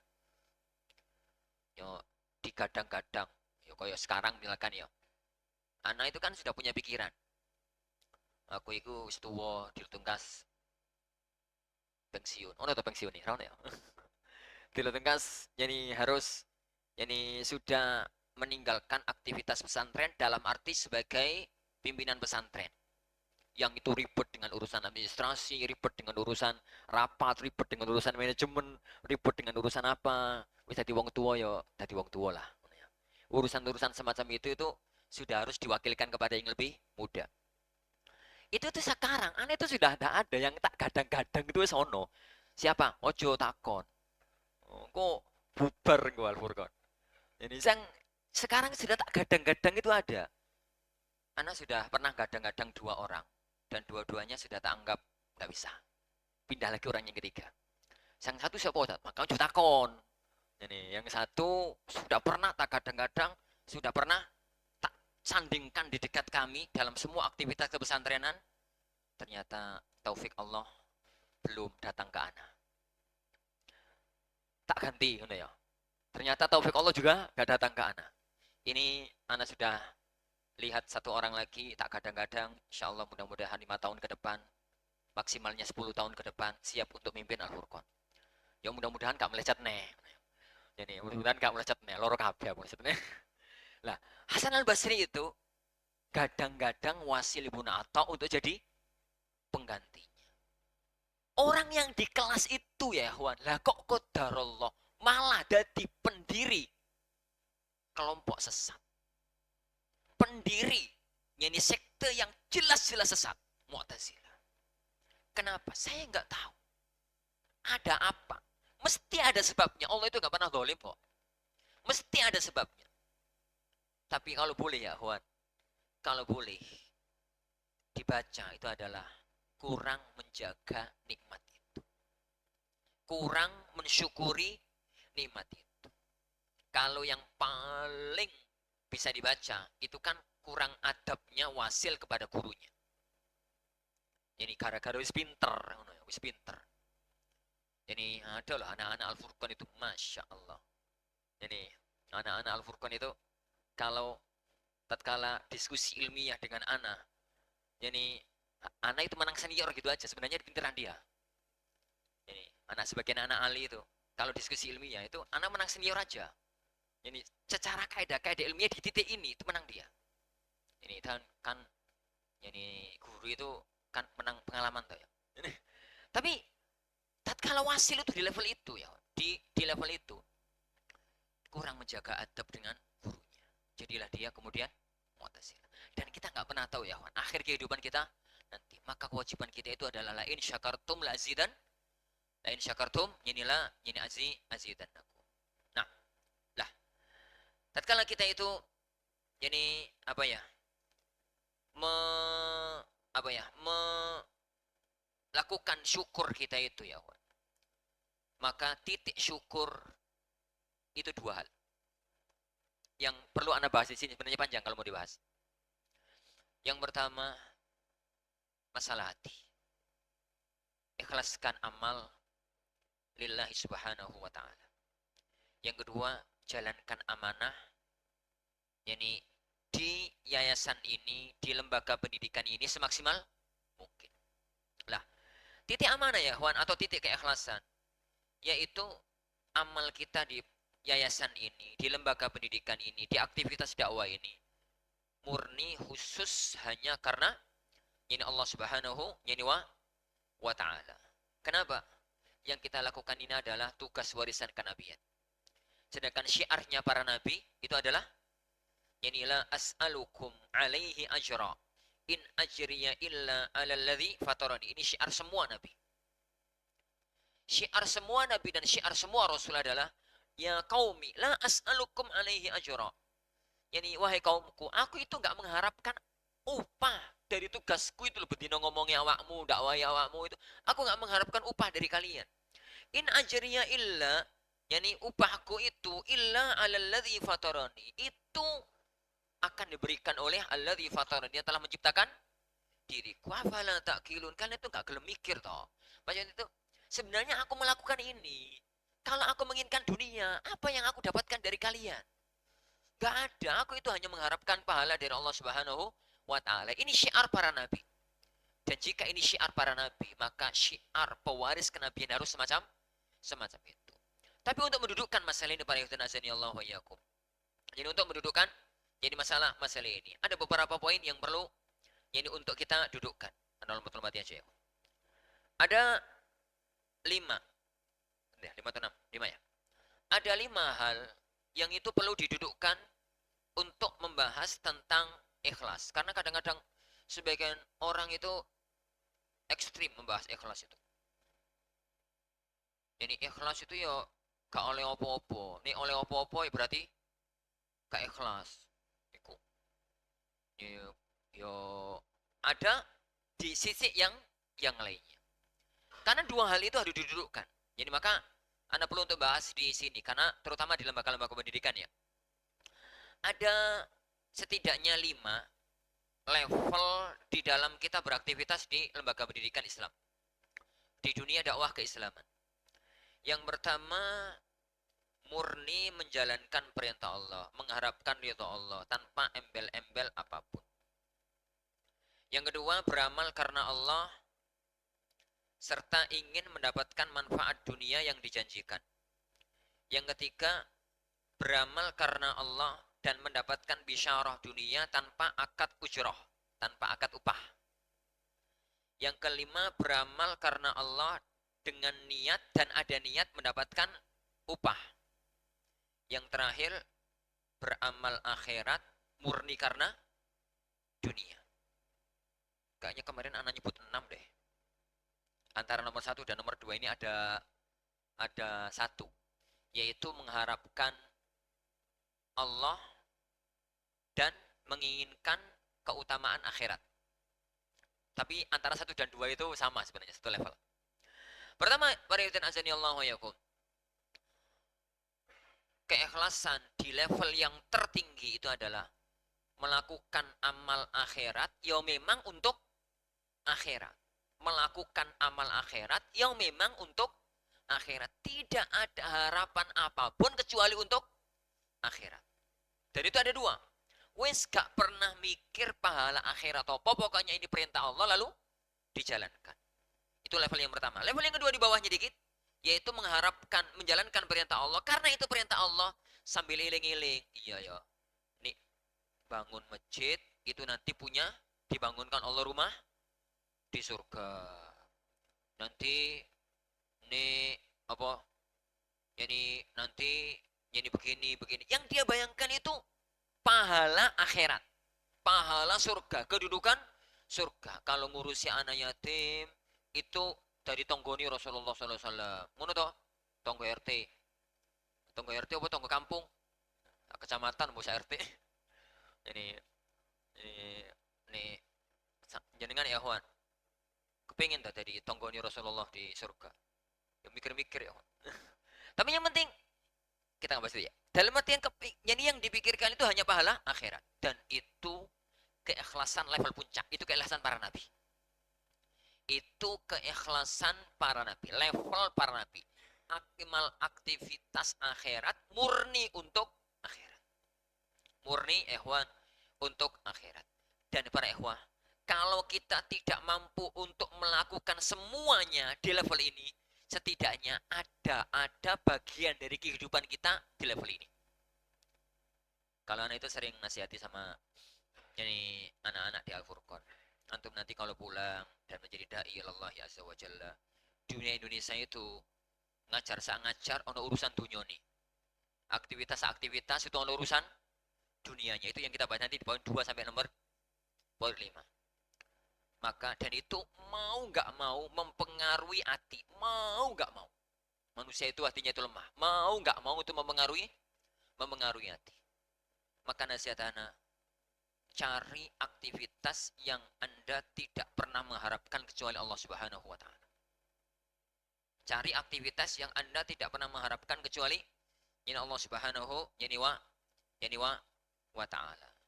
Dan itu kalau di luar Jawa sangat banyak. Wong di Setayu aja kayaknya anak nasihat kan itu seneng kalau ada ustaz itu misalkan ya. Ini Masya Allah sebagian asatidz Al-Furqan itu ini kalau di Al-Furqan itu sudah menjadi papan atas, menjadi papan asatidz papan atas. Tapi kalau sudah maghrib di kampungnya itu ngejar TPA untuk anak-anak kampungnya pada maghrib. Padahal di Al-Furqan papan atas. Dan salah satu dia dan beliau yang anak maksudnya ini salah satu dari Ustadz Antum yang di Gresik. Sopo Ustadz ojo takon, rahasia. Ini rahasia. Tapi kalau sudah sore bata maghrib itu, beliau itu ngajar TPA yang ngajar anak-anak SMP yang sore-sore pada keluyuran di rangkul ngajar TPA. Padahal di Al-Furqan papan atas. Jadi ya papan atas lah, masuk papan atas. Dan itu yang sering anak nasihatkan kepada ini semua pemegang-pemegang level dakwah. Ada amal itu yang gak ada harapan kecuali Allah Subhanahu wa taala. Ngajar TPA kalau di kampung-kampung itu mentok setahun bisa nulis sarung. Yo pas arep yo niku lho karo tak mirip tuh kono sarung siji regane 50.000, regane 100.000. Regane opo? Mentok gitu. Ini karo nek ono acara mangan-mangan di masjid yang diundang ngono wae. Mentok gitu. Dan tidak ada harapan apapun kecuali Allah Subhanahu wa taala. Itu untuk ya Juan, ada beberapa amal kita itu yang sampai di level pertama. Kalau ditambahkan semacam ini ya Juan, yang apa? Kita itu di sini tuh ada akad. Kita di sini tuh ada akad. Akad kita itu nanti terkoneksi dengan uang, gaji dan macam-macam. Lah, ada aktivitas-aktivitas yang di luar itu. Semangatlah. Karena sebenarnya aktivitas-aktivitas di luar itu tuh yang malah di level pertama. Lalu bahasa itu ya rapat, kemudian nyiapkan apa, mempersiapkan apa yang itu nggak masuk dalam ini apa ya SOP, nggak masuk dalam ini, nggak masuk dalam itu dan macam-macamnya, nggak masuk dalam tugas, nggak masuk dalam job desk, nggak masuk dalam apa. Sebenarnya yang amal itulah sebenarnya yang paling tinggi dari sisi keikhlasan. Karena itu syiarnya para nabi. La as'alukum alaihi yani ajra. Yani ya la as'alukum yani alaihi ajra. Nah, itu level yang pertama ya, Juan. Ini levelnya tulisan anak itu dua toh. Level pertama sama level yang kedua. Level yang pertama murni karena Allah, level yang kedua itu adalah beramal karena Allah dan ada tambahannya, ingin mendapatkan pahala akhirat. Gimana gambarannya? Yuk tadi bangun masjid lillahi taala, ilingi ben apa? Punya istana di surga. Ini ingin punya istana di surga. Gambarnya semacam itu. Taib. Para hadirin nasani Allah wa iyyakum. Yang kedua, beramal karena Allah, ketambahan niat ingin mendapatkan janji Allah di dunia. Dan ayat dan hadis yang semacam ini sangat banyak. Allah dan Rasulnya itu sering menggesa orang mengamalkan amal kebajikan Tapi dengan embel-embel manfaat dunia. Dengan embel-embel manfaat dunia. Ayat yang ana tuliskan di yang kedua ya, Wan. Itu kan man amila salihan min dzakrin aw unsa, barang siapa yang beramal saleh laki-laki atau perempuan wa mukmin, iman amal soleh. Amal soleh landasannya iman, iman berbuahkan amal. Maka Allah ngasihkan dua janji. Yang pertama janji dunia. Falanuhyiyannahu hayatan thayyibah. Di dunia kalian akan aku beri kehidupan yang sentosa, yang enak, yang nyaman, yang tentrem, yani kertora harjo gitu. Thayyibah. Di akhirat walanajziyannahum ajrahum bi ahsani ma kanu ya'malun. Akan kami balas mereka dengan balasan lebih bagus. Ini janji Allah untuk yang iman dan amal soleh dengan kehidupan dunia. Di ayat yang berikutnya, yani hadis ini, man ahabba an yubsata lahu fi rizqihi wa yunsa lahu fi athari. Barang siapa yang kepingin dilonggarkan rizkinya, diluaskan rizkinya, dipanjangkan umurnya, falyasil rahimah. Silaturahim itu amal akhirat. Tapi janjinya Rasulullah, panjang umur karo longgar rizki nih. Bahkan amal terpuncak takwa. Wa may yattaqillah yaj'al lahu makhraja. Barang siapa bertakwa kepada Allah akan memberikan kepada dia jalan keluar. Lanjutannya, wa yarzuquhu min haitsu la yahtasib. Allah ngasih rezeki dari arah yang tidak disangka-sangka. Itu namanya yakni janji-janji Allah dan Rasulnya, amali amal akhirat dijanjikan apa? Kenikmatan dunia. Kalau kemudian ada orang itu beramal, mana ya? Beramal. Yani amalnya lillah, tapi ono kepikiran apa? Janji dunianya. Jangan salah ya. Amali lillah, karena Allah, mengharapkan pahala dari Allah, tapi kepikiran mendapatkan manfaat dunianya. Maka itu masih keikhlasan. Itu ikhlas. Itu ikhlas. Jadi pikirannya itu yos aktivitas di kebaikan itu gak oleh gaji ya apa-apa. Insyaallah Allah memberikan yani ganti dari sisi yang lainnya. Itu kan mikir dunia toh. Tapi memang janjinya Allah kan. Jadi kan begitu. Kalau dulu Bapak pada waktu lulus SD, Bapak anak ya, pada waktu lulus SD saya itu kan semua teman-teman sekelas itu apa ya, semua teman-teman sekelas itu yo ke sekolah negeri, ke sekolah ini, ke sekolah itu, arepe wong tuane yo ben ku dadi ngene, dadi ngene, dadi ngene. Bapak itu yani pimpinan ranting Muhammadiyah kampung sama guru ngaji gitu. Ngomong karo aku, Pik, sampeyan aja tiru-tiru kancamu, mondok mondok dewa wis mondok ae ben sesuk ngenteni bapak ngaji, ngulang ngaji di langgar karepe omah. Jadi cita-citanya bapak itu suruh mondok, nanti kalau sudah selesai mondok suruh ngajar ngaji di depan rumah. Kan di depan rumah orang tua itu ada musola. Di situ dulu saya belajar alif ba ta, ya fathah a, b, fathah ba. Itu dulu di tempat itu. Diajar oleh orang tua anak sendiri. Terus beliau itu mengucapkan satu kalimat yang sampai sekarang anak ingat kata-katanya. Beliau mengatakan, Pik, lawong pegawai ini pemerintah ini dicukupi karo pemerintah kok. Pegawai ini Gusti Allah ya mesti dicukupi karo Gusti Allah. Kalimat itu yang anak ingat sampai sekarang. Apa ya? Kalimat itu jadi apa ya? Itu bahasanya itu kan kalau kita terjemahkan wa may yattaqillah yaj'al lahu makhraja wa yarzuqhu min haitsu la yahtasib. Dan fakta kemudian terjadi. Kalau beliau itu ketemu dengan anak sekarang, Bapak Bian bener toh, Bik? Ngomong ngono, beliau eling aku eling. Beliau ingat, anak juga ingat.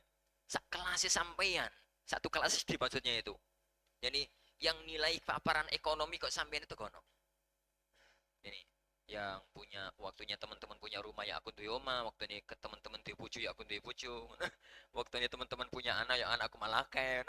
Dan macam-macamnya itu. Ya, yang lain itu dalam artian semacam itulah itu amalnya lillah tapi kepikiran ada lah, pikir itu tuh ada dan itu tuh manusiawi. Nah bagaimana nggak manusiawi ya kawan? Dijanjikan langsung oleh Allah Subhanahu yani wa ta'ala. Rasulullah SAW itu pernah bersabda, misalkan ya kawan, dawi mardhakum bisadaqah, obati orang yang sakit pakai sedekah. Lah kalau kemudian ada orang yang sedekah lillah kepikiran ben sembuh, masa ora oleh wong yang ngomong itu Rasulullah dewe. Lah berarti kalau gak oleh kan berarti kan Rasulullah ngajari ra bener. Ini wis dijanjikan ngono, ada orang niat ngono gak oleh, itu kan gak mungkin. Itu kan gak mungkin. Jadi sedekah lillah sambil mikir apa? Jadi bahwasanya penyakitnya itu semacam itu. Ada banyak cerita itu, salah satu di antaranya adalah orang-orang dekat kami di pesantren. Itu dokter sampai heran. sudah pada level stadium 4, sakit parah gitu. Kemudian beliau, ini anak bukan anak yang nasihati, ada salah satu asatidz yang nasihati dengan hadis ini. Beliau memperbanyak sedekah, penyakit itu hilang. Dokternya bingung. Ini pakai obat apa? Ini duka. Pakai ini obat buat apa gitu, yang semacam itu. Lah, kenapa ya, Wan? Karena memang itu adalah janji dari Allah Subhanahu wa taala. Yani janji dari Allah Subhanahu wa taala. Nah, taib. Yang berikutnya barayatun Allahu ayakum. Tapi ingat ya, yang ketiga ini maksudnya adalah ikhlas karena Allah, kemudian itu dinunut gitu loh. Nunut itu bahasa Indonesia. Ikut, jadi sekedar ikut, bukan sebagai patokan dasar. Yang keempat, beramal karena Allah dan kepikiran mendapatkan bisyarah dunia. Bisyarah dunia ya. Bisyarah itu istilah kami di pesantren ya. Kalau istilah longgarnya ya mukafaah, istilah yang bakunya ya gaji. Mendapatkan sesuatu tapi tanpa akad ujrah. Tanpa akad ujrah gimana ya, Wan? Ini Ustaz bisa mboten ngajar akhi, bisa nggak ikut-ikut bantu ngajar di sekolah Mutiara Sunnah? Ini bisa Mas, bisa akhi, bisa Ustaz. Saya sempatnya 4 hari wes, karena 3 harinya saya mempunyai kerjaan yang lain. Oh ya, hari apa? Hari Senin, Selasa, Rabu, Kamis. Oh, insya Allah dari jam 7 sampai zuhur. Sudah gitu. Ini sudah begitu. Gak pernah bahas apapun setelahnya. Di situ toh pembahasannya. Tapi kan yo akadnya nih, adatnya negeri kita itu kan nih ngajar di sekolah kok akhir bulan kan ya ono apa? Ono apa nih ngono ya. Ono amplope, ono rekeningnya, ono apa nih gitu ya. Tapi berapa itu? Bagaimana cara ngitungnya? Gak pernah diakatkan di awal. Karena gak pernah diakatkan di awal, maka berarti gak ada akad ujrah di situ. Gak ada akad ujrah. Jenenge akad ujrah kan akad jasa. Kerja niki ini sedina berapa? 150 tanpa makan. Atau 130.000 pakai sarapan, pakai ini. Sepakat? Itu. Kerjaannya ini diakatkan lisan maupun diakatkan tertulis. Itu baru ujroh. Itu baru akad. Tapi kalau tidak ada, pokoknya begitu, kemudian ada sesuatu yang diberikan, itu yang apa ya? Yang nyuruh ngerti, yang disuruh yo ngerti. Ini yo kadang-kadang Arab nih DKI yo Arab ngono. Jadi maksudnya jadi dalam arti ya DKI Arab, gak DKI Arab ora. Jadi mana itu nazani Allah yakum. Tapi intinya itu yang Anda katakan itu bisyarah mukafaat tanpa ujrah. Ingat itu teman saya, kata-kata ini tanpa ada akad ujrah. Di titik ini para ibu dan azani Allah wa yakum, di titik ini ulama sepakat itu boleh. Ulama itu sepakat, yani bahwasanya itu boleh. Dan ini masih masuk dalam ranah keikhlasan, yang penting mampu menata hati. Lah urusan auto hati itu orang per orang beda-beda. Yani per orang itu ini beda-beda. Maka Syekhun Al-Walid itu beberapa kali ngomong ke anak, Ustadz, orang-orang kayak kita itu mesti ini itu punya pendapatan. Pendapatan pribun tau Ustadz, kerjaan. Boten Ustadz. Dulu ini itu dulu sekali, anak ingat sekali nasihat beliau. Punya pendapatan, bukan punya pekerjaan. Maksudnya, kalau saya mikir kerjaan Ustadz, lah kapan saya harus kerja Ustadz? Tentang itu sampai turu meneh urusan di pondok. Bangun tidur sampai tidur lagi itu urusannya di pesantren. Aku tak tinggal kerja Ustadz nggih. Dulu bapak itu Ustadz, bapak anak itu ngomongnya begini, Pik nanti mulai mondok ngajar-ngajar ngaji ngarepe omah. Engko karo ngingung-ngingung mbek ngono. Bapak itu ingat sekali kata-katanya. Jadi, iya Pik yo, dulu bapak itu kepingin sampai ngingung mbek, saya kepingin ngingung wong. Dulu bapak itu kepingin sampein itu melihara kambing. Ini melihara kambing, saya kok ngingung wong. Ini melihara orang. Ini melihara. Kalau saya insya Allah bisa Ustaz. Kalau itu, tapi waktunya itu loh kapan? Ustaz, saya nggak nyuruh jaringan kerja loh, punya pendapatan. Punya pendapatan. Ada yang bingung sih, An. Maksudnya tiru saya Ustaz. Tiru saya. Apa Ustaz? Jenengan punya apa Ustaz? Ngomong saya. Punya apa dalam arti dunia punya apa? Nggak punya apa-apa. Nggak punya sawah ya? Sawahnya orang tua. Kalau nanti sudah diberikan warisan orang tua Ustaz, sawah itu jenengan jual. Terus duitnya? Duitnya jenengan pakai mudorobah. Diinvestkan gitu loh. Mudorobah. Biar yang lain kerja, jenengan dapat ini uangnya. Tujuannya Ustaz? Tujuannya agar semakin menambah kadar keikhlasan. Dalam artian, teko pondok oleh gak oleh itu gak efek. Gak efek nih hati. Gak oleh, usah oleh pendapatan lain kok. Jadi, nek oleh yo, alhamdulillah, iso tuku bakso, iso tuku pentol, iso tuku opo. Tapi kalau tanpa itu, saat bulan akhir bulan tanggal tua, wis ketemu ikan berkepala dua. Ikan berkepala dua itu ikan belah dua, ini kalau ikan keresean itu kan ikan kepala dua. Wis ketemu ikan kepala dua, itu kadang-kadang itu wis muncul arap-arap Ustaz. Dan arap-arap itu mau nggak mau mengurangi kadar keikhlasan. Yo nggak pernah minta sih Ustaz, tapi kan yo arap-arap. Jadi kalau dikek itu arap pun istilah itu anda terima dari beliau. Jadi arap-arap kalau dikek itu arap pun. Jadi mana itu najani Allah wa yakum. Lah itu kalau bisa ya Wan. Kalau bisa, tapi nggak semua orang bisa.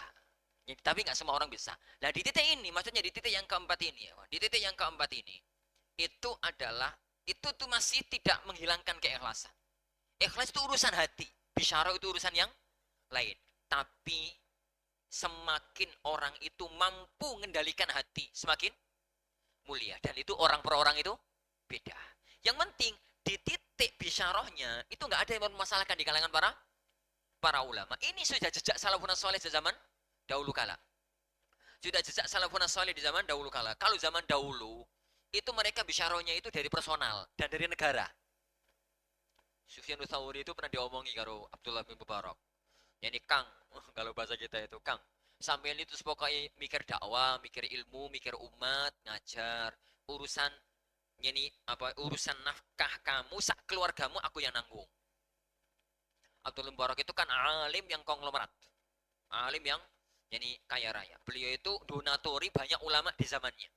Jadi donatori para jadi ulama-ulama di zamannya. Nah, itu tuh di kelas Sufyan Tsauri, itu di kelas yang keempat ini. Dakwah lillah, tapi ya mesti ono semacam itu. Dan itu tidak ada ketetapannya. Itu di level yang keempat. Mendapatkan bisyarah, tapi tanpa ada akad ujroh. Yang di level yang kelima, para jamaah yang dimulakan Allah Subhanahu wa ta'ala. Itu adalah beramal karena Allah, tapi jelas-jelas ada akad ujrohnya. Ada kesepakatan di awal. Ada kesepakatan di awal. Apalagi dunia pesantren sekarang itu kan sudah merambah dunia manajemen paten ya. Dunia manajemen yang ada HRD-nya. Jadi ada HRD. Kalau ada HRD-nya masuk itu sudah Masya Allah. Akad kerjanya mewateng pasal 1 ayat 1. Pasal 1 ayat 1. Iki sejak kapan Al-Furqan kau ingin kita gus ya teman-teman itu. Sekarang karepmu wis. Urusan manajemen sekarangmu. Masuk itu pasal ini pasal itu akadnya begini akadnya begitu tanda tangani mukafaahnya begini mukafaahnya begitu dan itu ujroh pasti itu karena ada akad. Jadi karena ada ini ada akadnya. Jadi ada akadnya. Ada akad ujroh dengan amal akhirat. Pertama yang akhwan nasihat ana di level itu tata hati keikhlasan. Yang dijadikan diskusi oleh para ulama adalah bagaimana hukum ujrohnya itu. Amalnya amal akhirat ya. Amalnya amal akhirat. Bagaimana hukum ujurnya? Ada khilaf di kalangan para ulama, tapi jumhur para ulama mengatakan itu halal. Jadi jumhur ahlul ilmi jadi mengatakan itu halal. Makanya Anda katakan di sini pada pembahasan ini ada dua sisi pembahasan. Yang pertama adalah jadi nilai amal. Jadi adalah nilai amal. Jadi kalau itu mempengaruhi niat, maka mau nggak mau itu akan ada efek. Mau nggak mau ya Wan itu jadi akan ada efek. Di satu sisi masalah yang kedua, di sisi halal haram dari uang yang dia dapatkan karena ada akad tersebut, ada perselisihan di kalangan para ulama. Yani ada yang mengatakan itu nggak boleh, yani ada sebagian ulama yang mengatakan itu boleh dan itu mazhab Jumhur para ulama, mayoritas para ulama mengatakan bahwasanya itu boleh. Apalagi kalau kondisinya, kalau tidak ada itu, kalau tidak dilakukan itu, maka ada amal-amal maslahat akhirat, maslahat kebaikan yang tidak bisa dilaksanakan. Tidak bisa untuk dilaksanakan. Dan itu mau nggak mau ya, di zaman sekarang itu harus dilakukan. Yani, anak itu pernah satu majelis dengan Syekh Masyhur Hasan Salman pada waktu daurah. Kita itu masa tidak yang lain itu. Pada waktu ngobrol setelah kajian gitu, kemudian waktu-waktu nyantai itu beliau pas kelihatan di luar ruangan, pas longgar itu, kita mendekat. Ngobrol gitu, lihat kulon. Salah satu di antara kita obrolkan itu beliau mengatakan, Syekh, bagaimana jenengan bagi waktu? Kok tahqiq ilmiahnya itu mapan dan mantap. Bagaimana jenengan itu bagi waktu? Beliau mengatakan intinya itu sebagian besar waktu beliau itu ada di perpustakaan, di maktabah. Kita kan heran toh. Loh Syekh, ngajarnya? Ngajarnya? Saya ngajar itu sepekan 2 kali. 1 kali ba'da maghrib, 1 kali ba'da subuh apa gitu. Gak ngajar di yayasan, pesantren. Pikiranku, iya aku ya iso nih. Dalam arti hewan ngajar itu sepekan sekali. Ngajar itu. Kemudian hari-harinya itu ada di perpustakaan bersama kitab, untuk nulis kitab, untuk ngarang kitab, untuk ini, untuk tahqiq ilmi. Pikiranan aja, yo gak sombong ya, Wan, tapi yo pada waktu itu kok keceletukan ngono. Aku ya iso, ngono. Jadi dalam arti ya, Wan. Nah, ada pun orang-orang sekelas kami ya, Wan, tangi turun sampai turunnya itu mikir pondok. Ini bangun tidur itu, ini asat kita Al-Furqan itu kan bangun tidur itu ngajar halakoh. Maksudnya batas subuh itu ngajar halakoh. Pulang-pulang jam setengah 6. Jam 7 itu masuk kelas. Ini zuhur. Ba'da zuhur itu ada yang ngajar, ada yang enggak. Ba'da asar ada yang ngajar, ada yang enggak. Ba'da maghrib ada yang ngajar, ada yang enggak. Nah, yang asatidah yang papan atas itu biasanya malah full. Malah yang full. Kadang-kadang itu teman-teman itu asatidah itu ngomongin gini, Ustaz, jangan kasih ana jadwal yang aneh-aneh. Gak ada waktu persiapan nih. Karena memang waktunya itu sudah semacam itulah. Kalau orang-orang semacam itu, yani kemudian apa ya? Yani kita haramkan akad ujur yang itu berlaku di zaman sekarang. Pesantren bubar barisan. Kalau sudah pesantren itu bubar barisan, yang akan maldorot umat Islam. Yang akan maldorot itu kaum muslimin di zaman yani sekarang ini. Lah, dari titik ini para yaitan azanillahu yani wayakum, maka jumhur ahli ilmi mengatakan yang semacam itu, yani yang semacam itu boleh-boleh, yani boleh-boleh aja. Hadis kondang yang dipakai oleh para ulama untuk masalah ini adalah hadis tentang ruqyah. Atau masih ingat hadisnya Abdullah bin Abbas ini ya, kawan? Hadis Abdullah bin Abbas tentang yani orang-orang yang para sahabat yang menuju yani jalan safar gitu ya, sampai ke sebuah kampung. Lah qadarullah wong kampung itu paulit zaman itu ya, kawan. Zaman itu mau di Arab atau Indonesia, itu kalau ada musafir, itu yani yang ngasih makan siapa? Penduduk sekitar. Zaman itu. Makanya kan zaman dahulu setiap rumah di depannya itu ada kentong toh. Di tiap rumahnya depannya itu ada kendi, ada kentong gitu. Terus kadang-kadang ada kendi, kadang-kadang ada ciduk yang dari anunya kelapa itu loh. Nyiapkan siapa? Nyiapkan orang-orang yang musafir. Bahkan kalau ada orang malam-malam itu tanya, dari mana? Oh ya mampir aja di rumah saya tidur. Gitu. Itu zaman dulu. Dan itu sudah maklum. Itu sudah maklum begitu pada zaman durung ono warung, durung ono hotel, warung isopo zaman itu. Jadi hotel isopo zaman itu. Lah pada waktu rombongan para sahabat itu masuk ke sebuah tempat, wong sak kampung itu peliti subhanallah. Gak ada yang nawari minum, gak ada yang nawari jajan, gak ada yang nawari apa gitu. Gak ada yang nawari apa. Nah dalam kondisi itu, tamu itu berhak minta. Berhak minta. Aku sebagai tamu sekarang, hakku sebagai tamu mana? Jaluk ngangan, jaluk ngombe. Dan itu hak. Hak yo, ini jenengan ambil yo monggo, gak diambil yo rapopo. Saya ingin paling dirasani wong yo. Ini begitu, itu hak. Itu hak ya. Lah, ternyata sak kampung itu pelit. Akhirnya mereka wes kampung pelit tinggal berangkat. Pada waktu berangkat Allah takdirkan kepala desanya dicokot ulo, kesengat binatang berbisa. Yos kelabakan kan racun toh. Orang-orang sekampung itu mengatakan tadi itu loh. Ini para ustadz rombongan ustadz paling iso ngurukyah. Akhirnya dipanggil. Dipanggil mereka datang. Tatkala dipanggil itu yani ketua rombongannya mengatakan wani piro ya. Salah dewe tadi pelit. Oh sekarang ya main hitung-hitungan. Wani piro. Kalau saya akan bisa merukyah. Rukyah itu kan amal syar'i toh ya. Amal akhirat. Saya akan rukyah. Tapi wani piro. Saya dapat apa? Segini, kamu dapat koti minal ghanam, dapat kambing sekian. Ini sampai sembuh, kamu dapat kambing 10 misalkan.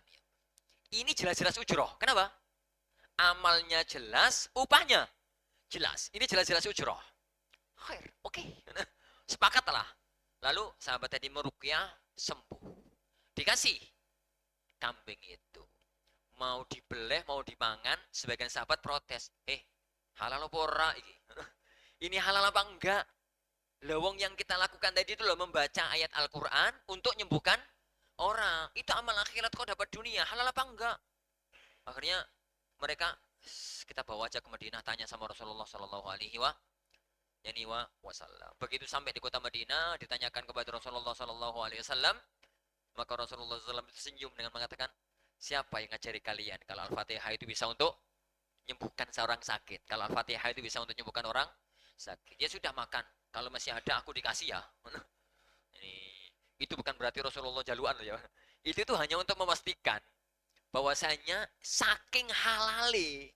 Kalau kan gak percaya, kasihkan aku sebagiannya. Aku kasih bagian. Untuk memastikan menghilangkan syak wasangka dalam hati para sahabat, kelasnya Rasul yang itu adalah manusia suci, itu pun mau untuk yang dimakan yang semacam yang dari harta yang itu jelas-jelas adalah ini adalah ujrah, gitu ya, adalah ujrah. Hadis ini itu ada dalam Sahih Bukhari ya, yang kemudian Rasulullah Shallallahu Alaihi Wasallam membuat satu kaidah, inna haqqa ma akhadtum alaihi ajran kitabullah.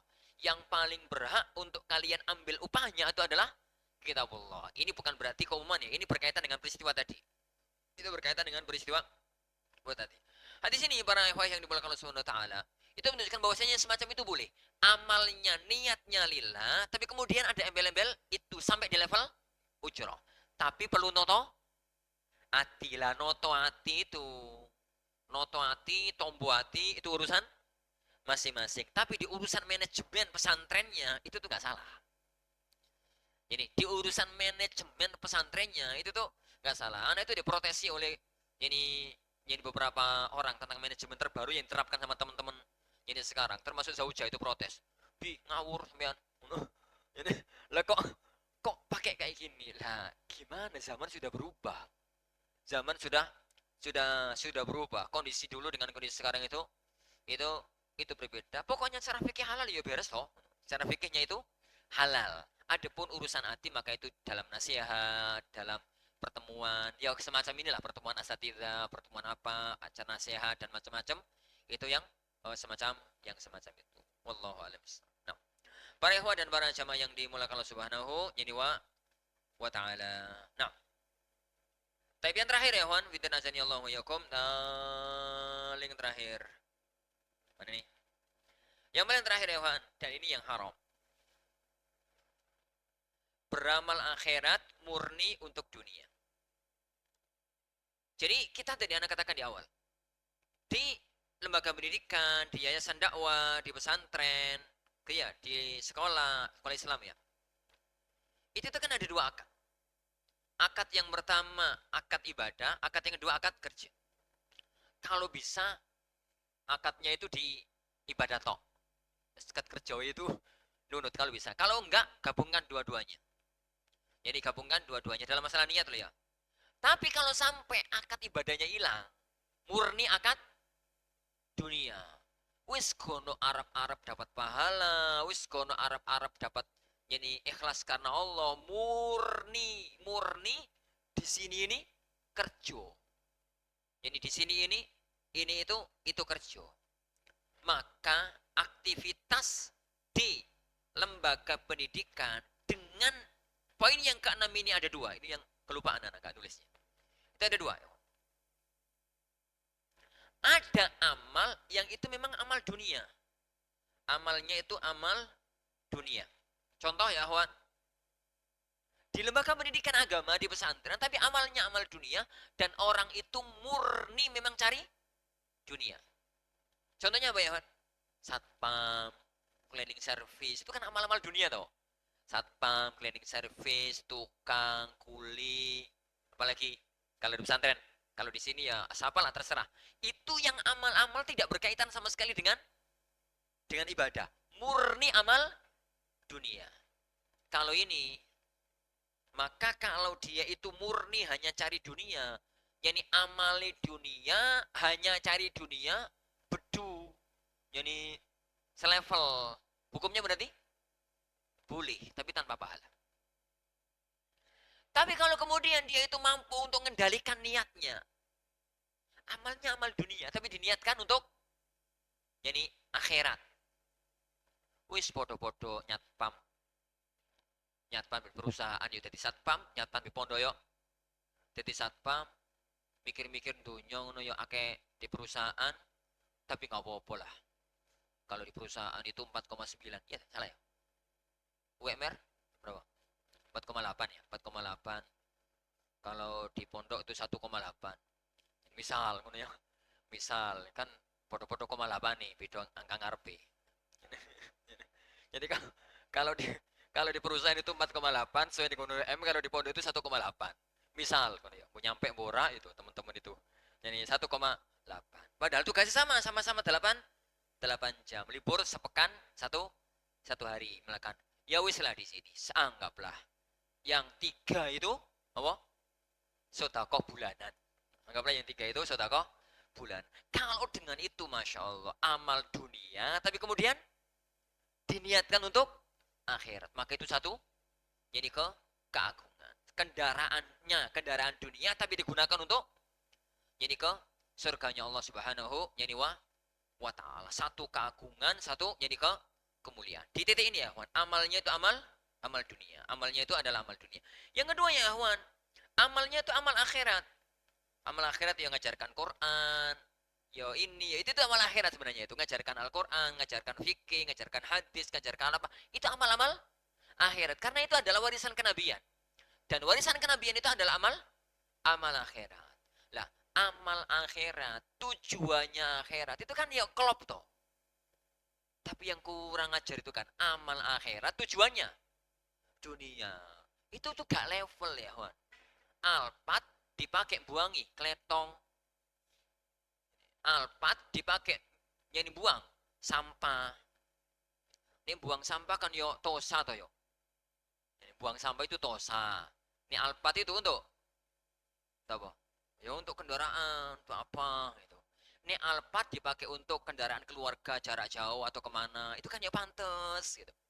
Ini tosa dipakai untuk buang sampah yo, pantas gitu. Ya kan selevel. Amal akhirat dipakai untuk akhirat, amal dunia dipakai untuk dunia. Tapi kemudian ada, Wan, amal-amal yang itu sebenarnya adalah amalnya Firdaus A'la. Lah kok dipakai untuk dunia, murni untuk cari dunia. Itu yang Allah itu. Karena itu bahasa gampang itu melecehkan syariat. Wong amal ini Allah syariatkan untuk cari surga, untuk cari Firdaus, untuk cari level-level yang tinggi di akhirat nanti. Lah kok hanya dipakai untuk cari duit, 1 juta, 2 juta, cari ini, cari itu, tok. Murni itu. Ini yang di level haram. Sebagian ulama bahkan mengatakan syirik. Itu yang dalam istilah yang Syekh Muhammad bin Abdul Wahab dalam kitab Tauhid, amalud dunya, iradatud dunya bi amalil akhirah. Istilah dalam kitab Tauhid itu, iradatud dunya bi amalil akhirah. Menginginkan dunia dengan amal akhirat. Kelihatan amal akhirat, tapi di hati ini tuh nggak ada niatan sama sekali untuk akhirat. Murni untuk cari dunia. Murni untuk cari dunia. Lah, yang ini yang haram ya. Lah, memitakan antara nomor 3, 4, 5, 6 ini masing-masing di antara kita itu tahu. Adapun orang lain mandang orang lain, pandanglah dengan husnudzon. Adapun kita memandang diri kita itu adalah semakin kita mampu ke level yang di atasnya, semakin kita mampu ke level yang di atasnya, maka semakin bagus, semakin mulia di sisi yang Allah Subhanahu wa taala. Jadi sisi Allah Subhanahu wa taala. Nah, para itu najani Allah wa yakum ini 6 sisi ya dengan beberapa perincian yang ana tuliskan dalam tulisan yang sederhana ini, yang sederhana ini. Lah, itu yang perlu untuk kalau memang kemudian masih ada di antara kita yang punya niat semacam itu, bukan berarti langsung ditinggalkan ya, kawan. Lanjutkan amal itu, tapi tata tata niat. Jadi tata niat. Ya koyo biasanya lah, sebagian jadi wali santri, sebagian santri itu kadang-kadang kalau mondok itu pikiran itu roto-roto ora bener. Kadang-kadang wali santri itu pikiran mondok itu kadang-kadang ora bener. Jadi nyemangati anak-anak ina mondok sing rajin ayo gue ben urip sampean penak. Ya terus bagian wali santri kadang-kadang jengkel wong kok. Jadi wis ya subhanallah ya. Dan anak itu sering cerita sama santri-santri itu. Ya ikhwah, tatkala dulu kami jadi santri kayak antum, itu lo nggak masuk dalam pikiran kami nanti kalau sudah jadi ustadz ngajarkan ilmu agama kemudian kepingin dunia itu nggak ada pikiran itu. Kenapa? Gono contoh nih, zaman itu belum ada medsos dan zaman itu sing jenengi kiai itu miskin, ustadz itu miskin zaman itu. Ustadz Aun itu zaman itu dodolan kerupuk karo es lilin, tak tahu. Ini satu sepuh yang lain itu ya dodolan kopi ya, dodolan ini, dodolan itu zaman itu. Rumah cili-cili no. Zaman itu. Jadi pikiran kita zaman itu nanti ngajarkan agama karo kerjopo, nah pikiran itu ngingumpe tadi kali itu. Bagaimana pikiran itu nyanyi melihara. Ya karena nasihatnya orang tua nanti karo ngingumpe. Ini semacam itu. Zaman sekarang dunia berubah. Zaman sekarang dunia berubah. Dan ini kemuliaan ya, ini kebaikan dalam dunia dakwah. Tapi di satu sisi butuh untuk jaga niat. Butuh sekali untuk jaga niat. Kalau anda nasihatkan sama ini santri sama wali santri, kalau antum masih ada yang punya niat semacam itu, dang-dang ditoto niati. Dang-dang ditoto niati. Tolong para orang tua ditoto niat dan jaga niatnya. Ini anak-anak, jangan sampai menasihati anak-anak dengan cara yang ini semacam itu. Jadi kalau masih ada di antara kita yang niatnya itu kurang lurus gitu ya, ditoto niati. Jangan kemudian Ustaz aku gak sono niat, Ustaz tak metua itu ke pondok. Ini jangan. Kalau karu-karuan kulahan. Ini jadi manusia itu ini jangan yang ini semacam itu. Sama dengan Ustaz aku jadi wong suki kok gak iso ikhlak, kok gak iso dermawan, Ustaz tak jadi wong miskin Ustaz ngono. Masuk ngono toh? Yo enggak ya Juan. Yuk tetep posuki tapi usahakan dermawan. Tetaplah berada di medan perjuangan ini. Tapi toto niat, toto hati, toto niat. Dan itu adalah sesuatu yang untuk meningkatkan kualitas kita di hadapan ini Allah Subhanahu wa taala. Wallahu alam. Ternyata sampai sini. Insyaallah. Ini dulu ya, sampai 11. Insyaallah Subhanahu wa taala yang berikutnya kita lanjutkan pada waktu yang lain. Kapan-kapan insyaallah Subhanahu wa taala kita separuh. Separuh. Ya, insyaallah Subhanahu wa taala ini yang kita pelajari pada pertemuan kita kali ini. Ada tanya jawab toh? Ada ya, ya wes kalau ada. Oke, ceklah. Nah, Jazakallah khairan Ustaz. Sudah berbagi waktu, sudah menyempatkan waktu juga